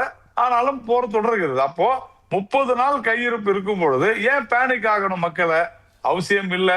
இந்திய அரசாங்கம் சரியாகத்தான் செய்தது, தேவையில்லை. அதனால சரியாயிரும். அப்போ வந்து ஹர்தீப் பூரி சொன்னதுன்றது சரியானது. அப்போ போர் வந்து ஒரு வாரம் ஆகி முடியலங்க, இன்னைக்கு 10 நாள் ஆயிடுச்சுங்க. இன்னும் ஒரு 5 நாள் இருக்கலாம், இல்ல 10 நாள் இருக்கலாம்னா அதுக்கு உண்டான முன்னேற்பாடு என்ன? சரி, அதுக்கு மேல நீடிக்குதா? அதற்கு உண்டான அதுக்குதான் கார்கே. இந்த 1 நிமிஷம் மட்டும் நான் முடிச்சிடுறேன். அதற்காகத்தான் இந்த அரசாங்கம் பல்வேறு வகையில பல விஷயங்களை பிளான் பண்றாங்க. எப்படி கள்ள சந்தையில வந்து இந்த ஹோர்டிங்கை எப்படி தடுக்கிறது, பதுக்கலை எப்படி தடுக்கிறது அப்படின்னா சில கட்டுப்பாடுகளை கொண்டு வர வேண்டும். அந்த கட்டுப்பாடுகளால் சில பிரச்சனைகளை தளர்த்துவார்கள். கரெக்ட். இப்போ இல்ல நம்ம பொருளாதாரமே இதுல பாதிக்கப்படாதா? ஜொமேட்டோ, ஸ்விக்கியோ, ஹோட்டல்ஸோ இதை நம்பி இருக்கக்கூடிய தொழிலாளர்கள் உலகம் இருக்கக்கூடிய விஷயங்க. அதை தாண்டி எப்படி வருதுன்றதுதான் நம்ம பார்க்கணும். நீங்க என்ன வீட்டுக்கு மட்டும் சிலிண்டர் கொடுப்போம், வெளியில வேணாம்னா சொல்லுவாங்களா? வெளியில வேணாம்னா அது என்ன நிலைப்பாடு? காருங்க நீங்க என்ன கேள்வி கேக்குறீங்கன்னு புரியுதா? ஏதோ வேணாலும் கேட்கலாம்னு இல்லைங்க. நீங்க பொருளாதாரம் பாதிக்காதானே? கண்டிப்பா பாதிக்கும். உலகம் முழுக்க பாதிக்குது. இந்தியாவுக்கு மட்டுமா பாதிக்குது? உலகம் முழுக்க சர்வதேச அளவுல இது பாதிக்குது போறனால. ஆனால் அதை யார் திறம்பட கையாள்வது என்பதைத்தான் நாம் சொல்கிறோம். நீங்க ஒரு நிமிஷம் முடிச்சிடுறேன். என்ன முடிக்க விடுங்க. அப்புறமா நீங்க என்ன கேள்வி கேட்டாலும் நான் உங்களுக்கு சொல்றேன். அப்போ இங்க எப்படி மற்ற நாடுகள் இருந்து வாங்கலாம்? இந்த ரூட்ல இல்லாத, அதாவது இந்த ஹர்மூஸ் ரூட்ல இருந்து இல்லாத, அந்த ஜலசந்தி இல்லாத மற்ற நாடுகள்ல இருந்து நமக்கு எப்படி வாங்கலாம்? அதை பிளான் பண்ணிட்டு இருக்காங்க. அதே மாதிரி இங்க எப்படி லோக்கல் ப்ரொடக்ஷன் நம்ம எப்படி அதிகப்படுத்தலாம்? அதை பிளான் பண்ணிட்டு இருக்காங்க. அப்ப லோக்கல் ப்ரொடக்ஷன் அதிகரிச்சா அதனால விலை அதிகம். தயவு செஞ்சு புரிஞ்சுங்க. இதெல்லாம் இன்னைக்கு இந்தியாவில மட்டும்தான் விலை அதிகமாகவில்லை இன்றைய தேதியில அப்படின்றதுதான் இங்க இருக்கக்கூடிய மிகப்பெரிய விஷயம். சிறிய குறுக்கீடு மட்டும் இல்ல, நான் 2 விஷயம் சொல்லணும். பெட்ரோல் டீசல் விலையை உயர்த்தின அப்புறம் கூட இந்தியா எவ்வளவு $68 ஒரு பேரல் இருக்கும் போது நம்ம எவ்வளவு கட்டிட்டு இருந்தோம்? நம்ம $100 கட்டிட்டு இருந்தோம். இப்பதான் அது தாய்லாந்துல $82 போயிருக்கு. இந்த விலை ஏற்றத்துக்கெல்லாம் அப்புறம் அது வேற விஷயம். என்னுடைய பாயிண்ட் ரொம்ப சிம்பிளுங்க. பற்றாக்குறை இல்லை. எப்போ சொன்னது? மார்ச் 3ஆம் தேதி, 4ஆம் தேதி, 6ஆம் தேதி. இன்னைக்கு இவ்வளவு ஹோட்டல் மக்கள் நாளையிலோ நாளை மறுநாளோ மூட வேண்டிய ஒரு நிலை வரும். ஆயிரக்கணக்கான தொழிலாளர்கள் லட்சக்கணக்கான தொழிலாளர்கள் பாதிக்கப்பட போறாங்க. இதற்கு ஒரு தீர்வு இருக்கா இல்லையா? இந்தியன் ஆயில் இருங்க. இந்தியன் ஆயில் கமர்ஷியல் சிலிண்டர் சப்ளையை ஸ்டாப் பண்ணிருக்காங்கன்னு இன்னைக்கு மாலை ஒரு அறிவிப்பு வந்திருக்கு. ரைட்டா? அப்போ என்னன்னா what is the actual position? இப்ப நாளைக்கு அவங்க ஹோட்டலை எப்படி நடத்தணுங்கிறது என்ன சொல்யூஷன் இருக்கு? இல்ல ஹோட்டலை மூடணுமா? என்ன பண்ணணும்? அதை சொல்லுங்க தயவுசெய்து. ஆயிரக்கணக்கான இது வந்து ஹோட்டல்ல பெரிய பெரிய குரூப் கிடையாது. டீ கடைக்கு கூட அது பிரச்சனை. சொல்லுங்க நாளைக்கு என்ன பண்ணணும் அவங்க? அதைத்தான் அமைச்சர் வந்து தெளிவா நீங்க சொல்லிருக்கிறாங்க. 3 பேர் கொண்ட கமிட்டி போட்டு எல்லா ஆயில் கம்பெனியும் போட்டு இதை எப்படி வரைமுறைப்படுத்த வேண்டும், எப்படி வந்து பதுக்கல் இல்லாம சொல்லுவாங்க அந்த கமர்ஷியல் வர்த்தக நாளைக்கு சொல்லுவாங்க. இல்ல நாளைக்கு உங்களுக்கு என்ன பிரச்சனை? எனக்கு புரியல. ஹோட்டல் நாளைக்கு நடத்த முடியலங்கறாங்க சார். நடத்த முடியலங்கறாங்க. ஓகே, பேசுவோம். எனக்கு தெரிஞ்சு சுமந்திரன் வந்து இவ்வளவு டென்ஷன் ஆவறது. ஓகே, ஆர்கே இல்ல இது வந்து நான் அதுக்கு நம்பர்ஸ் மட்டும் போட்டுறேன். இப்ப வியட்நாமுடைய பிரச்சனையில வந்து இன்றைய அளவில் வந்து $0.79, அதாவது இந்தியாவோட ஒரு $80 வச்சுங்களேன். $0.79 $80 வச்சுக்கோங்க. அதான் இன்றைய நிலை. அவர்கள் வந்து 3 மாசம் முன்னாடி வந்து ஏறத்தாழ இந்த நிலையில தான் இருந்தாங்க. அதுக்கப்புறம் வந்து விலை குறையிறது. அப்புறம் வந்து $500 அவங்க இதுல வந்து $500 குறைக்கிறாங்க, மறுபடியும் ஏத்திருக்காங்க. இதுதான் உண்மை நிலை. அதாவது அவங்க 3 மாசத்துக்கு முன்னாடி இருக்கிற நிலையில தான் இப்போ இருக்கிறாங்க வியட்நாம். சோ அதனால வந்து நம்ம தேவையில்லாம இந்த விஷயங்களை பேச வேண்டாம். இப்போ சைனாவுடைய இல்ல அதான் நான் சொல்றேன். வியட்நாம் வந்து இப்ப நம்மளுடைய 3 மாசத்துக்கு முன்னாடி இருக்கிற நிலைமைக்கு திரும்பி வந்திருக்கு சார். அவ்வளவுதான் சார். 0.79 cents தானே sir? 79 cents sir per dollar. அதான் இப்ப வியட்நாம்ல இருக்க ரேட். சிரிச்சு பிரயோஜனம் இல்லை சார். இதான் ரேட். இன்னத்த ரேட் அதுதான். நான் வேணா உங்களுக்கு வாங்கி கொடுக்குறேன். சைனாவுடைய இம்போர்ட் இந்தியாவுடைய இம்போர்ட்டுக்கு ஒரு தலையாய வித்தியாசம் இருக்கு. சைனா எங்க இருந்து இம்போர்ட் பண்ணுது? மிடில் ஈஸ்ட்ல இருந்து, அதாவது வெஸ்ட் ஏஷியால இருந்து, அமெரிக்கால இருந்து, வெனிசுவேலா இருந்து பண்ணிருந்து. அது அவுட் ஆயிடுச்சு. Australia, Africa. நாம என்ன பண்றோம்? நாம மிடில் ஈஸ்ட்ல மட்டும் இருந்ததா, வெஸ்ட் ஏஷியால மட்டும் தான் இம்போர்ட் பண்ணி கொண்டிருந்தோம். அதனால வருகின்ற பிரச்சனை என்னன்னு பாத்தீங்கன்னா கான்சென்ட்ரேஷன் இன்கிரீசஸ் வல்னரபிலிட்டி. இன்னைக்கு வந்து ஹோட்டல்கள் பாதிக்கப்படுது. நாளைக்கு வந்து என்ன ஆகுன்னு பாத்தீங்கன்னா வீடுகள் பாதிக்கப்படும். இது நமக்கு 2008 இருந்து வந்த எக்ஸ்பெரிமெண்ட்டுங்க. 2008 இருந்து வந்த எக்ஸ்பெரிமெண்ட் காரணமாக 2008 இருந்து வருகின்ற நமக்கு பிரச்சனைகள். அந்த பிரச்சனைகள்னால நான் ஒத்துக்கிறேன். அதாவது மன்மோகன் சிங் அரசாங்கம் ஒண்ணுமே செய்யலங்க. 2014 வந்த மோடி அரசாங்கம் வந்து ஸ்டோரேஜ் இன்க்ரீஸ் பண்ணியிருக்கா, ஸ்டோரேஜ் கெபாசிட்டி, இம்போர்ட் பிளெக்சிபிலிட்டி பண்ணியிருக்கா, சப்ளை டைவர்சிபிகேஷன் பண்ணியிருக்கா. பாத்தீங்கன்னா ஒண்ணுமே கிடையாது. கத்தார் கூட பெரிய ஒரு டீல் போட்டாங்க. அதுலயே எல்லாம் முடிஞ்சு போகும்னு நினைச்சாங்க. அது முடிஞ்சு போகவில்லை. ஏனென்றால் இப்போது வந்து கத்தர்ல இருந்து கேஸ் வர மாட்டேங்குது, வர முடியாது. அப்போ டைவர்சிபிகேஷன், அதாவது ஹையர் காஸ்ட் இருந்தாலும் டைவர்சிபிகேஷன் பண்ணியிருக்க வேண்டும். அதை நாம் செய்யவில்லை. இப்போ வந்து நம்ம ஸ்ட்ராட்டஜிக் பெட்ரோலியம் ரிசர்வ்ஸ் இருக்கு இல்லையா, ஜப்பானை பத்தி எல்லாம் பேசிட்டு இருந்தாங்க. ஜப்பான்ல பெரிய ஸ்ட்ராட்டஜிக் பெட்ரோலியம் ரிசர்வ்ஸ் இருக்குது. இன்னைக்கு வந்து கச்சா எண்ணெயினுடைய விலை வந்து குறையறதுக்கு காரணமே வந்து அந்த ஸ்ட்ராட்டஜிக் G7 கண்ட்ரீஸ் மீட் பண்ணி இருக்கிறது. இதில் என்ன ஒரு முடிவு எடுக்க வேண்டும் என்று கேட்டிருக்கிறார்கள். அதுலனால மட்டும்தான் இன்னைக்கு ஒரு $120 போன பிரெண்ட் க்ரூட் வந்து இன்னைக்கு வந்து $94 வந்து நிக்குது. நாளைக்கு மறுபடியும் வந்து குறைவு வாய்ப்பு இருக்கிறது. இந்த ஒரு நிலையில் வந்து இந்த அரசாங்கத்தினுடைய நிலைமை என்ன? பெட்ரோல் டீசல் விலை ஏறுமா ஏறாதா? இதுவும் ஒரு கேள்வியாகத்தான் இருக்கிறது. இதுக்கு எல்லாத்துக்கும் விளக்கம் வந்து அரசாங்கம் கொடுக்க வேண்டும். பாவம் ஒரு நாராயணனால முடியாதுங்க, அது அரசாங்கம் சிந்திக்க வேண்டிய விஷயம். குமார் கொடுப்பார். குமார், அதாவது நமக்கு இண்டஸ்ட்ரியல் பர்பஸ்க்கு ஆகக்கூடிய சிலிண்டர் வாடிக்கையாளர்கள் கிட்டத்தட்ட 1.8 கோடி பேர் இருக்காங்க இந்தியாவில். ஓகே. அதே போல் 33 கோடி பேருக்கு எல்பிஜி இருக்கிறது. நம்மகிட்ட கையிருப்புன்னு அமைச்சர் சொன்னதுலேருந்து நான் என்ன புரிஞ்சுக்கிட்டது என்னென்னா, அதாவது Visakhapatnam strategic petroleum reserve, Mangaluru strategic petroleum reserve, Padur strategic petroleum reserve, இந்த 3 இடங்களில் சேர்த்து சுமார் 5.3 மில்லியன் டன் கச்சா எண்ணெய் இருப்பு இருக்கிறது. இது சுமார் 9லிருந்து 10 நாட்களுக்கு இந்தியாவுக்கு போதுமான எரிபொருள். எண்ணெய் நிறுவன கையிருப்பு, இந்திய எண்ணெய் நிறுவனங்கள் ரிஃபைனரிஸ் வைத்திருக்கும் கையிருப்பு Indian oil corporation, Bharat petroleum, Hindustan petroleum இவை சேர்த்து 15-16 நாட்களுக்கு தேவையான கச்சா எண்ணெய். மொத்த கையிருப்பு 24 முதல் 26 நாட்களுக்கு இருக்கிறது என்கிறத வைத்து தான் அவர் அன்றைக்கு பேட்டி கொடுத்து சொன்னது. இப்போ 5 நாளையில் போர் முடிந்துவிடும் என்று ட்ரம்ப் சொல்லிக்கொண்டே இருந்தார். இப்போ 5 நாள், 7 நாளாச்சு, 8 நாளாச்சு, 10 நாளாச்சு, இப்போ இப்படி போய்கொண்டிருக்கிறது. இதுக்கு நடுவில் அவருடைய மகன் தேர்வாகி இருக்கிறார். அது இதற்கு பின்னால் சொல்லுங்களா, ஆமாம், கமேனியுடைய மகன் அங்கே உச்சபட்ச தலைவராக தேர்வாகி இருக்கிறார்.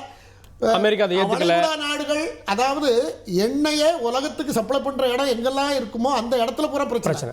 அந்த இடத்துல உள்ள பிரச்சனை இப்போ என்ன சார், என்ன சொல்யூஷன் வச்சிருக்கோம்? இல்ல, இப்போ பார்மூன் சலசந்தியை இவங்க திறக்கலன்னா நாங்க டேக் ஓவர் பண்ணுவோம்னு ட்ரம்ப் சொல்லியிருக்காரு. நாங்க எடுப்போம், அதை அதுக்கு இப்போ படைகளை அனுப்புவோம், அதை பற்றி பரிசீலிக்கணும்னு சொல்லியிருக்காரு. அது அளவுக்கு போமான்னு எனக்கு தெரியல. ஒருவேளை அப்படியெல்லாம் ஒரு நிலைமை வந்தால் இன்னும் கொஞ்சம் நாளாகலாம். அதற்கு ஏற்கனவே இருக்கிற கையிருப்பு, அதை யோசித்து தான் இந்த அரசு வணிக பர்பஸுக்கு ஆகக்கூடிய செலவுகளை எல்லாம் கொஞ்சம் கண்ட்ரோல் பண்ணலாம், கொஞ்சம் மேனேஜ் பண்ணுவாங்க, பொறுப்போடு நடந்துக்கிட்டாங்க, கொஞ்சம் சிக்கனமாக பயன்படுத்தினாங்கன்னா எல்பிஜி கன்சூமருக்கு பாதிப்பு இல்லாமல் கொஞ்சம் ஒரு வாரம் 5 நாள் தாக்கு பிடிக்க முடியும். அப்படிங்கிற அடிப்படையில் தான் இந்த அறிவிப்புகள் எல்லாம் கொடுக்கப்பட்டிருக்கிறது. மிக பொறுப்போடு தான் கொடுத்துருக்கிறார்கள். மற்ற நாடுகளில் இருக்கிற இப்போ பொதுவாக சொன்னீங்கன்னா உலகத்தில் பெட்ரோலிய பொருட்களுக்கு தேவை ரொம்ப குறைந்திருக்கிறது. ஐரோப்பிய யூனியனில் தொழிற்சாலைகளினுடைய வளர்ச்சி குறைந்திருக்கிறது, தேவை குறைந்திருக்கு. நார்மலாக இருந்தால் இப்போ குறைஞ்சிட்டு இருக்கணும், உற்பத்தியே சில நாடுகள் குறைத்திருக்கின்றன. இதெல்லாம் நிலவரம். ஆனால் இந்த நமக்கு வரக்கூடிய, நம்ம நாட்டுக்கு வரக்கூடிய கப்பல்களே அங்க கிட்டத்தட்ட 100 கப்பலுக்கு மேல 700 கப்பலுக்கு மேல நம்ம நாட்டுக்கு வர வேண்டிய கப்பல் அங்க நின்று கொண்டு வந்துட்டா எல்லாம் ஃப்ரீ ஆயிடும். நாளைக்கு மறுநாள் எல்லாம் ஃப்ரீ ஆயிடும். இதுதான் நிலவரம். அதனால இதை நம்ம என்ன பண்ணணும்னா, மக்கள்கிட்ட இந்த கருத்தை கொண்டு போய் சொல்லும்போது உழைத்துக் கொண்டிருக்கிற பொறுப்போடு செயல்பட்டு கொண்டிருக்கிற அரசுக்கு ஆலோசனை, அவர்கள் விட்ட ஆலோசனை நம்ம சொல்லலாமே தவிர குறை கண்டுபிடித்து அதுக்கு டேமேஜ் பண்றதுல எந்த நியாயமும் இருக்கிறதாக எனக்கு தெரியவில்லை. ஓகே, திரு ஆர்கே இருந்து இறுதி கருத்தாவே. திரு ஆர்கே, இது தேர்தலை சந்திக்கக்கூடிய மாதங்கள், இன்னும் எவ்வளவு நாள் இந்த போர் நடக்கும்னு தெரியாது. அப்போ மத்திய அரசு இன்னும் கவனமாக தானே இதை கையாளும் அப்படின்னு பார்க்க வேண்டாமா? இல்லை, மத்திய அரசாங்கத்தினால அது பெரிய லிமிடேஷன்ஸ் இருக்கு. ஏனென்றால் அவர்களுடைய பெரிய ஒரு ப்ராஜெக்ட் பார்த்தீங்கன்னா, இப்போ நம்ம குமார் சார் சொன்னாரு, அந்த ஸ்ட்ராட்டஜிக் ரிசர்வ் சொன்னார் இல்லையா, அது 5.33 மில்லியன் டன்ஸ் இருக்கு. அது வந்து வைசாக்ல இருக்கு, மேங்களூர்ல இருக்கு, பாடூர்ல இருக்கு. இந்த 3 இடம் வந்து கட்டி முடிக்கப்பட்டது. அதுல வந்து இருக்கு, அதுல மொத்தமா வந்து 5.33 மில்லியன் டன்ஸ் இருக்கு. இதுல பெரிய ஜோக் என்னன்னு பாத்தீங்கன்னா, ஒரு 4 மில்லியன் டன்னுக்கு ஜாஜ்பூர்ல, ஒடிசால வந்து ஒரு திட்டத்தை ஆரம்பிச்சு வந்து 10 வருஷம் ஆகுது. 7 வருஷம் டிலேயா இருக்கிறது. அதுக்கு முழுக்க இந்த அரசாங்கத்தினுடைய பிரச்சனையாகத்தான் பார்க்கிறேன். இப்போ ஒரு தேர்தலில் இருந்து இன்னொரு தேர்தலுக்கு ஓடிக்கொண்டிருந்தா இருக்கின்ற அரசாங்கம், இந்த அரசாங்கத்தினால் வந்து இதுல கான்சென்ட்ரேட் பண்ண முடியாது. இன்னொரு விஷயம் வந்து மக்களை சார்ந்த பிரச்சனை. அது என்ன, ஷமிகா ரவி மிக தெளிவாக கூறுகிறார்கள். அதாவது ஒரு காலத்துல வந்து பெட்ரோலியம் ப்ராடக்ட்ஸ் மேல இருக்க டிபெண்டன்ஸ், அதாவது எல்பிஜி, அது வந்து கம்மியாக இருந்தது. குறிப்பாக 2011க்கு முன்னாடி கம்மியாக இருந்தது. இப்போ வந்து மக்கள் அதுக்கு குக்கிங்க்கு மட்டும் கிடையாது, டிரான்ஸ்போர்ட்டுக்கும் சேர்த்து யூஸ் பண்றார்கள். அதனால ஏறத்தாழ ஒரு 10% 50% நம்ம மக்கள் வந்து போத் குக்கிங்க்கு யூஸ் பண்றாங்க, டிரான்ஸ்போர்ட்டுக்கு யூஸ் பண்றாங்க. இந்த இது அதாவது 2011க்கு முன்னால இந்த பிரச்சனை அந்த அளவுக்கு பெரிதா கிடையாது என்றால் எல்பிஜி, ரூரல் எல்பிஜி ரொம்ப கம்மியா இருந்தது. அப்ப இது வந்து ஒரு டிமாண்ட் சைடு பிரச்சனையா இருக்கிறது. சப்ளை சைடு பிரச்சனை என்னன்னு பாத்தீங்கன்னா, நமக்கு இன்னும் இன்ஃப்ராஸ்ட்ரக்சர் இன்னும் போதுமான அளவுக்கு இல்லை. 12 வருடம் ஆகுது இந்த அரசாங்கம் வந்து. இனி மன்மோகன் சிங் அரசாங்கத்தை குற்றம் சொல்லி பிரயோஜனம் கிடையாது. நீங்க என்ன செய்யறீங்கன்னு கேள்வி வரும். ஓகே, திரு அருணன், இது தேர்தல் இம்பாக்ட் ஏற்படுத்தும் நினைக்கிறீங்களா வரக்கூடிய மாதங்கள்ல? இல்ல, மக்கள் வந்து ஒரு பரபரப்போட இருக்காங்க. இப்ப எதிர்கட்சிகள் சொன்னதுனால அல்ல, ஒன்று 60 ரூபாயை கூட்டினது, அடுத்து வந்து ஹோட்டல் இருக்காது அப்படிங்கிறது. இப்ப மீண்டும் மீண்டும் நாராயணன் நண்பர் வந்து ஒப்புக்கொள்ள மறுக்கிறாரு. ரஷ்யா கிட்ட வந்து நம்ம பயங்கரமா குறைச்சது. நான் வந்து இந்து ஏட்ல இருந்து அந்த தலைப்பு செய்தியை வாசிச்சேன். 44 மாதங்களில் இல்லாத அளவுக்கு இந்த ஆண்டு ஜனவரி மாதம் மிக குறைவாகத்தான் ரஷ்யாவிட்ட இருந்து வாங்கணும். இதற்கு காரணம் அமெரிக்கா தந்த கெடுபிடி என்று அவங்க தலைப்பு போட்டு அந்த விஷயத்தை வாசிச்சேன். அவர் அது வந்து ஒப்புக்கொள்ள மாட்டேன்னா நான் என்ன பண்றது? 2வது பாயிண்ட், இப்ப பாருங்க, இப்ப ரஷ்யாவிட்ட இருந்து வாங்கினா நம்ம விலை கூட போகுது. இதற்கான பொறுப்பை மோடி அரசு ஏற்கணும். தாங்கள் செய்த தவறை மக்கள் முன்பு ஒப்புக்கொள்ள வேண்டும் என்பேன். இப்ப பற்றாக்குறையா இல்ல, போதிய அளவுக்கு ரிசர்வ் இருக்குன்னு குமார் சார் சொல்றாரு. வேறு ஒரு வகையா அதையும் நாராயணன் நண்பரும் எதிரொலிக்கிறாரு. ஆனா தமிழ்நாடு பாஜக தலைவருடைய பேட்டி இப்பதான் கேட்டேன். அவரு நிருபர்கள் கேட்கிறாங்க, என்னங்க இப்படி தட்டுப்பாடே இல்லைங்க ஐயா, நானே ஒரு கேஸ் டீலர் தான், உங்களுக்கு இப்ப வேணுமா சிலிண்டர் நான் வாங்கி தரேன் அப்படிங்கிறாரு. அப்ப இந்த வணிக கேஸ் சிலிண்டர் விநியோகம் இன்றைக்கு தடைப்பட்டு நிக்குதுங்கிற விஷயமே அவருக்கு தெரியுமா? அது மனசுல உள்வாங்கி இருக்காரான்னு எனக்கு தெரியல. அப்ப இந்த மாதிரி பேசுவது என்ன நியாயம்? நான் என்ன கேட்டுக்கொள்கிறேன், முதல்ல இந்த 2 விஷயத்துக்காவது தீர்வு காணுங்க. உங்க கையில தான் இருக்குங்கிறீங்கல்ல, சரியா, நான் ஒப்புக்கொள்றேன். அப்படி என்றால் குறைஞ்சபட்சம் இந்த ஹோட்டல்களுக்காவதா இந்த வணிக கேஸ் சிலிண்டர் விநியோகம் தடை என்பதிலிருந்து விலக்கு கொடுங்கள். ஏன்னா இது வயிற்று பிரச்சனை. 2வது, அவர் ஆர்கே சொன்னது போல ஆட்டோ கேஸ்ல ஓடுற ஆட்டோக்காரங்க எல்லாம் மிரண்டு போயிருக்காங்க. எங்க நான் கேஸ் பிடிக்க போறேன் ஆட்டோவுக்கு, அங்க இல்லைங்கிறாங்க ஐயா அப்படின்னு இன்னைக்கு வந்துகிட்டு இருக்குது. ஆக அவங்களுக்காவது அதுல இருந்து விலக்கு கொடுத்து அவங்களுக்கு கேஸ் கொடுங்க. இந்த மாதிரியான அத்தியாவசியமான சேவைகளுக்காவது இந்த வணிக கேஸ் விநியோகத்தை உடனடியாக ரெஸ்டோர் பண்ணணும், மீண்டும் கொண்டு வர வேண்டும் என்று நான் வற்புறுத்தி கேட்டுக்கொள்கிறேன். இதுவும் வந்து கம்யூனிஸ்டுகள் பிரச்சாரம் சொன்னா சொல்லிக்கிற வேண்டியதான். நேயர்களே நீங்க பாத்துக்கங்க எப்படி இருக்காங்கன்னு. ஓகே, நாராயணன். அதாவது கார்கே, நான் வந்து மீண்டும் சொல்கிறேன், சீனாவில் ரிசர்வ்ஸ் வந்து நம்மளோட அதிகம். அதனால சீனாவில் ஒரு ஆர்கே வந்து அதை பத்தி பேசும்போது நான் சொல்றேன், சீனாவை பொறுத்த வரைக்கும் நம்ம அதை கம்பேர் பண்ணோம்னா நம்மளையும் பாகிஸ்தானையும் கம்பேர் பண்ணோம், நம்மளையும் இலங்கையும் கம்பேர் பண்ணோம், நம்மளையும் இங்கிலாண்டையும் கம்பேர் பண்ணோம். இது இல்ல விஷயம். இவ்வளவு பெரிய மக்கள் தொகை கொண்ட ஒரு நாட்டுல இந்தியா மாதிரி இந்த விவகாரத்துல ஒரு கட்டுப்பாடோடு மிக சீராக கொண்டு போவது என்பது எந்த நாடுமே செய்யல. 1. 2வது, வணிக சிலிண்டர்களை பொறுத்தவரையில, எரிவாயுகளை பொறுத்தவரையில ஒரு கட்டுப்பாட்டை ஏன் இன்று கொண்டு வந்து, அது வந்து ஒரு கட்டுப்பாடு தானே தவிர தடை இல்லை. தெளிவா அமைச்சரகம் தெளிவாக சொல்லி இருக்கிறது, பேன் பண்ணல. ஆனால் கட்டுப்பாடுகளை ஏன் விதித்திருக்கிறோம் என்றால், இது ஹோர்டிங், அதாவது பதுக்கல் என்பது எங்கு துவங்குகிறதுனா, அவர்களிடத்துல அதிகமாக பணம் பிடுங்குவதற்காக சிலர் ஹோர்டிங்ல ஈடுபடுவாங்க. அதை தடுப்பதற்காக அதன் பிறகு இந்த 3 நபர் கொண்ட இடிஸ் கொண்ட குழு அமைத்திருக்கிறார்கள். அவர்கள் இவர்களுக்கு என்ன வேண்டும், எப்படி வேண்டும் என்பதை உடனடியாக இது வந்து மாசங்களுக்கு உடனடியாக முடிவு செய்து அவர்களுக்கு எப்படி இதை வழங்குவார்கள் என்பதை இந்த 3 நபர் கொண்ட இந்த கமிட்டி வந்து முடிவு செய்யும். அதை தவிர பல்வேறு நடவடிக்கைகள், வெளிநாடுகளிலிருந்து மற்ற நாடுகளிலிருந்து எப்படி வாங்கணும், 27 நாடு 40 நாடா இன்க்ரீஸ் பண்ணோம், அதை அவர் 50 இல்ல 60 இன்க்ரீஸ் பண்ண முடியுமா? ஈவன் நீங்க சீனாவே பாத்தீங்கன்னா கூட 20% தான் ரஷ்யால இருந்து வாங்குறாங்க. இல்லைன்னு யாரும் மறக்க முடியாது. நான் தொடர்ந்து அதுதான் சொல்லிக்கிட்டு இருக்கிறேன். ஜனவரி மாசம் கம்மியா இருக்குன்னா பிப்ரவரி மாசம் ஏன் அதிகமாச்சு? அதுதான் நம்ம கேட்கிறோம். அப்போ நம்மை பொறுத்தவரையில இந்தியாவினுடைய பாலிசி ரொம்ப கிளியர். எங்க எனக்கு தேவையோ அங்க நான் வாங்குவேன் அப்படின்றத இந்தியா சொல்லுது. அன்னைக்கு தேவை வெளில வாங்கியிருப்பாங்க. பிப்ரவரி மாசம் ரஷ்யால வாங்கினாங்க. அதன் பிறகுதான் மார்ச்ல தான் அக்ரிமெண்ட் வருது அமெரிக்காவோட. அப்போ உங்களுடைய அந்த ரஷ்யா மீதான பாசம் நான் ஒன்னும் சொல்ல முடியாதுங்க. அமெரிக்கா மீதான பாசம் நிறைய பேருக்கு இருக்கும்.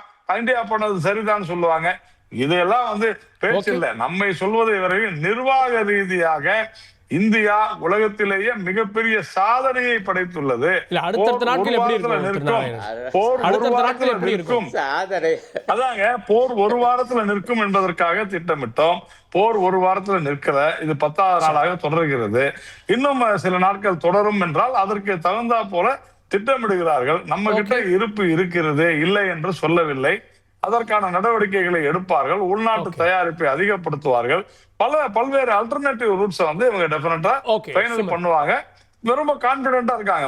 ரொம்ப ரொம்ப தைரியமா நாம வந்து ஒரு கான்பிடென்டா இந்தியன் கவர்மெண்ட் இருக்குது அப்படின்றதுல உண்மையிலேயே எல்லாரும் மகிழ்ச்சி வர வேண்டும் என்று தான் நான் நினைக்கிறேன். சுமந்த், முதல்ல கச்சா எண்ணெய்க்கும் இயற்கை எரிவாயுக்கும் நம்ம டிஃபரன்ஷியேட் பண்ணணும். அதனால இப்போ கச்சா எண்ணெயில நம்ம பொசிஷன் வந்து இன்னும் மோசம் அடையவில்லை. அடையுமா என்றால் அடுத்த சில நாட்களில் தான் அதற்கு பதில் கிடைக்கும்.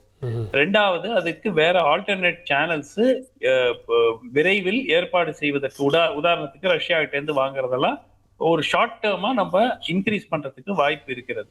ஆனால் இயற்கை எரிவாயு பொறுத்த வரைக்கும் அது ஹோட்டல் இண்டஸ்ட்ரி ஆக இருக்கட்டும், டிரான்ஸ்போர்ட் செக்டர் ஆக இருக்கட்டும், அது மிகப்பெரிய ஒரு பாதிப்பை ஏற்படுத்தக்கூடிய ஒரு சூழல்ல இருக்குது. சில விஷயங்கள் அரசாங்கம் உடனடியாக செய்ய வேண்டும். ஒன்று, நிச்சயமாக இந்த எக்ஸ்போர்ட், அதாவது ஏற்றுமதி செய்வதை எல்பிஜி கெப்பாசிட்டி இருந்தால் அது எல்லாமே வந்து டொமெஸ்டிக் ப்ரொடக்ஷனுக்கு தான் வரணும் அப்படின்னு ஒரு கட்டாயம் செய்யலாம்.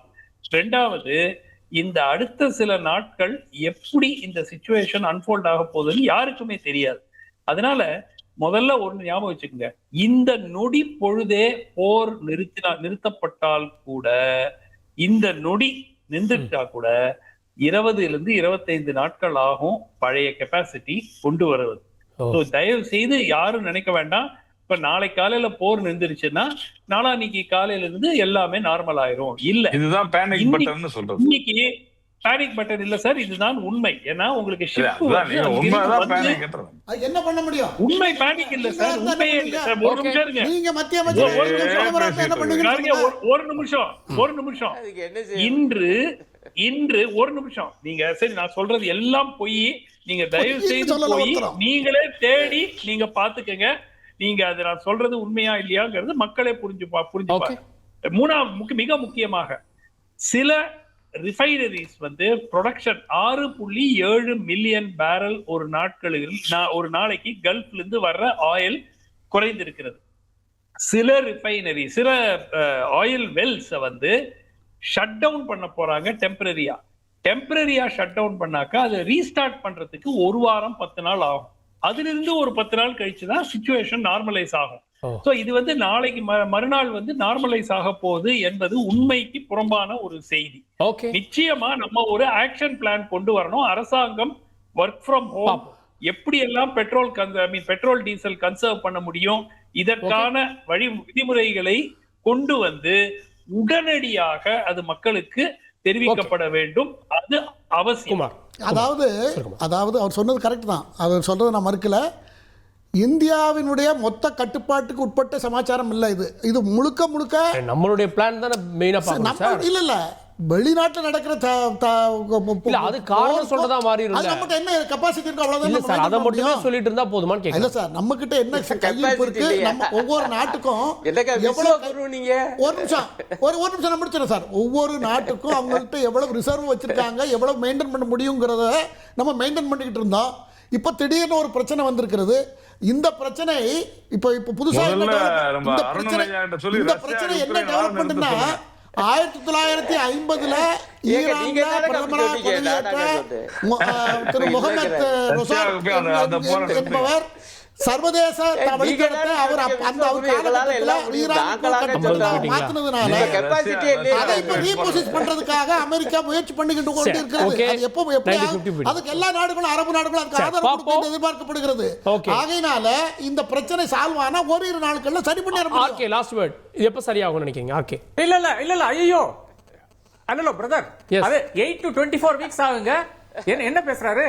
இல்ல சார், இப்ப வெல்லுனுடைய நமக்கு capacity அங்க கம்மியாயிரும். நிறுத்தி வைக்க நமக்கு ஐயோ, தப்பு, வரக்கூடிய தப்பு, தப்பு, 70க்கும் மேற்பட்ட எண்ணெய் கப்பல்கள் ஐயோ. ஒழுங்காக வந்து 3-4 மாசம் இல்ல, ஆகும் கிடையாது, கிடையாது. சார். அவருக்கு சொல்ல 3-4 மாசம் எப்படி ஆகும். சார் 2 நாள்ல தெரியாது? இந்த 5.3 மில்லியன் டன்ஸ் வந்து சார், நம்மகிட்ட இன்னொரு ஐயோ, 15 நாளைக்கு கிடையாது கையிருக்கிறது. கிடையாது 8 அவ்வளவு ஏங்க, ரெண்டு நாள்ல சரி நான் ஆகாது ஒரு சார். எக்ஸ்பர்ட் கிட்ட பேசிட்டு இருக்கேங்க. இல்ல மொத்தம் குமார் சார், 26 குமார் சார், முடிந்து தயவு செய்து 16 நாள் தயவு கழித்து செய்து நம்மகிட்ட கையிருப்பு இருக்கிறது. சரி, இல்ல ஓகே. இல்ல தயவு செய்து என் நண்பர் ரிலையன்ஸ்ல பெரிய ஆளா இருந்தாரு. அவர் சொல்றாரு இப்போ 8ல இருந்து 24 வாரம் ஆகுங்க to get back supply chain திரும்பி வர்றதுக்கு அவ்வளவு டைம் ஆகும். ஒண்ணு. ரெண்டாவது, ஆயில் வெல்ஸினுடைய அந்த capacity will be down minimum by 15%. இதெல்லாம் கணக்கில் எடுக்க தான் வேணுங்க. அதன் பிறகு அங்கிருந்து மேட் இங்க வந்து சேரணும். ஸ்ட்ரைட் ஆஃப் ஹவுஸ் எப்படி இருக்குனாலும் நமக்கு தெரியாது. It will take a long time. Okay, பொறுத்து பார்க்கலாம். we have to be practical, we have to go to Russia. Okay, பொறுத்து பார்க்கலாம். அடுத்த நாட்கள் எப்படி இருக்க போகிறது, அரசு என்ன நடவடிக்கை எடுக்க போகிறது, சிலிண்டர் தட்டுப்பாடு இல்லாமல் இருக்குமா, இல்ல வேறொரு நிலையை நோக்கி, அதாவது ஒர்க் ஃப்ரம் ஹோம் அப்படின்ற மாதிரியான மோடு நோக்கி நாம் மாற வேண்டிய சூழல் இருக்கிறதா, அரசுடைய அறிவிப்புக்காக காத்திருக்கலாம். விவாதத்தில் இணைந்த விருந்தினர்களுக்கு நன்றி. பார்த்தவங்களுக்கும் நன்றி நேயர்களே. தொடர்ந்து இணைந்தீர்கள் தந்தி தொலைக்காட்சியுடன்.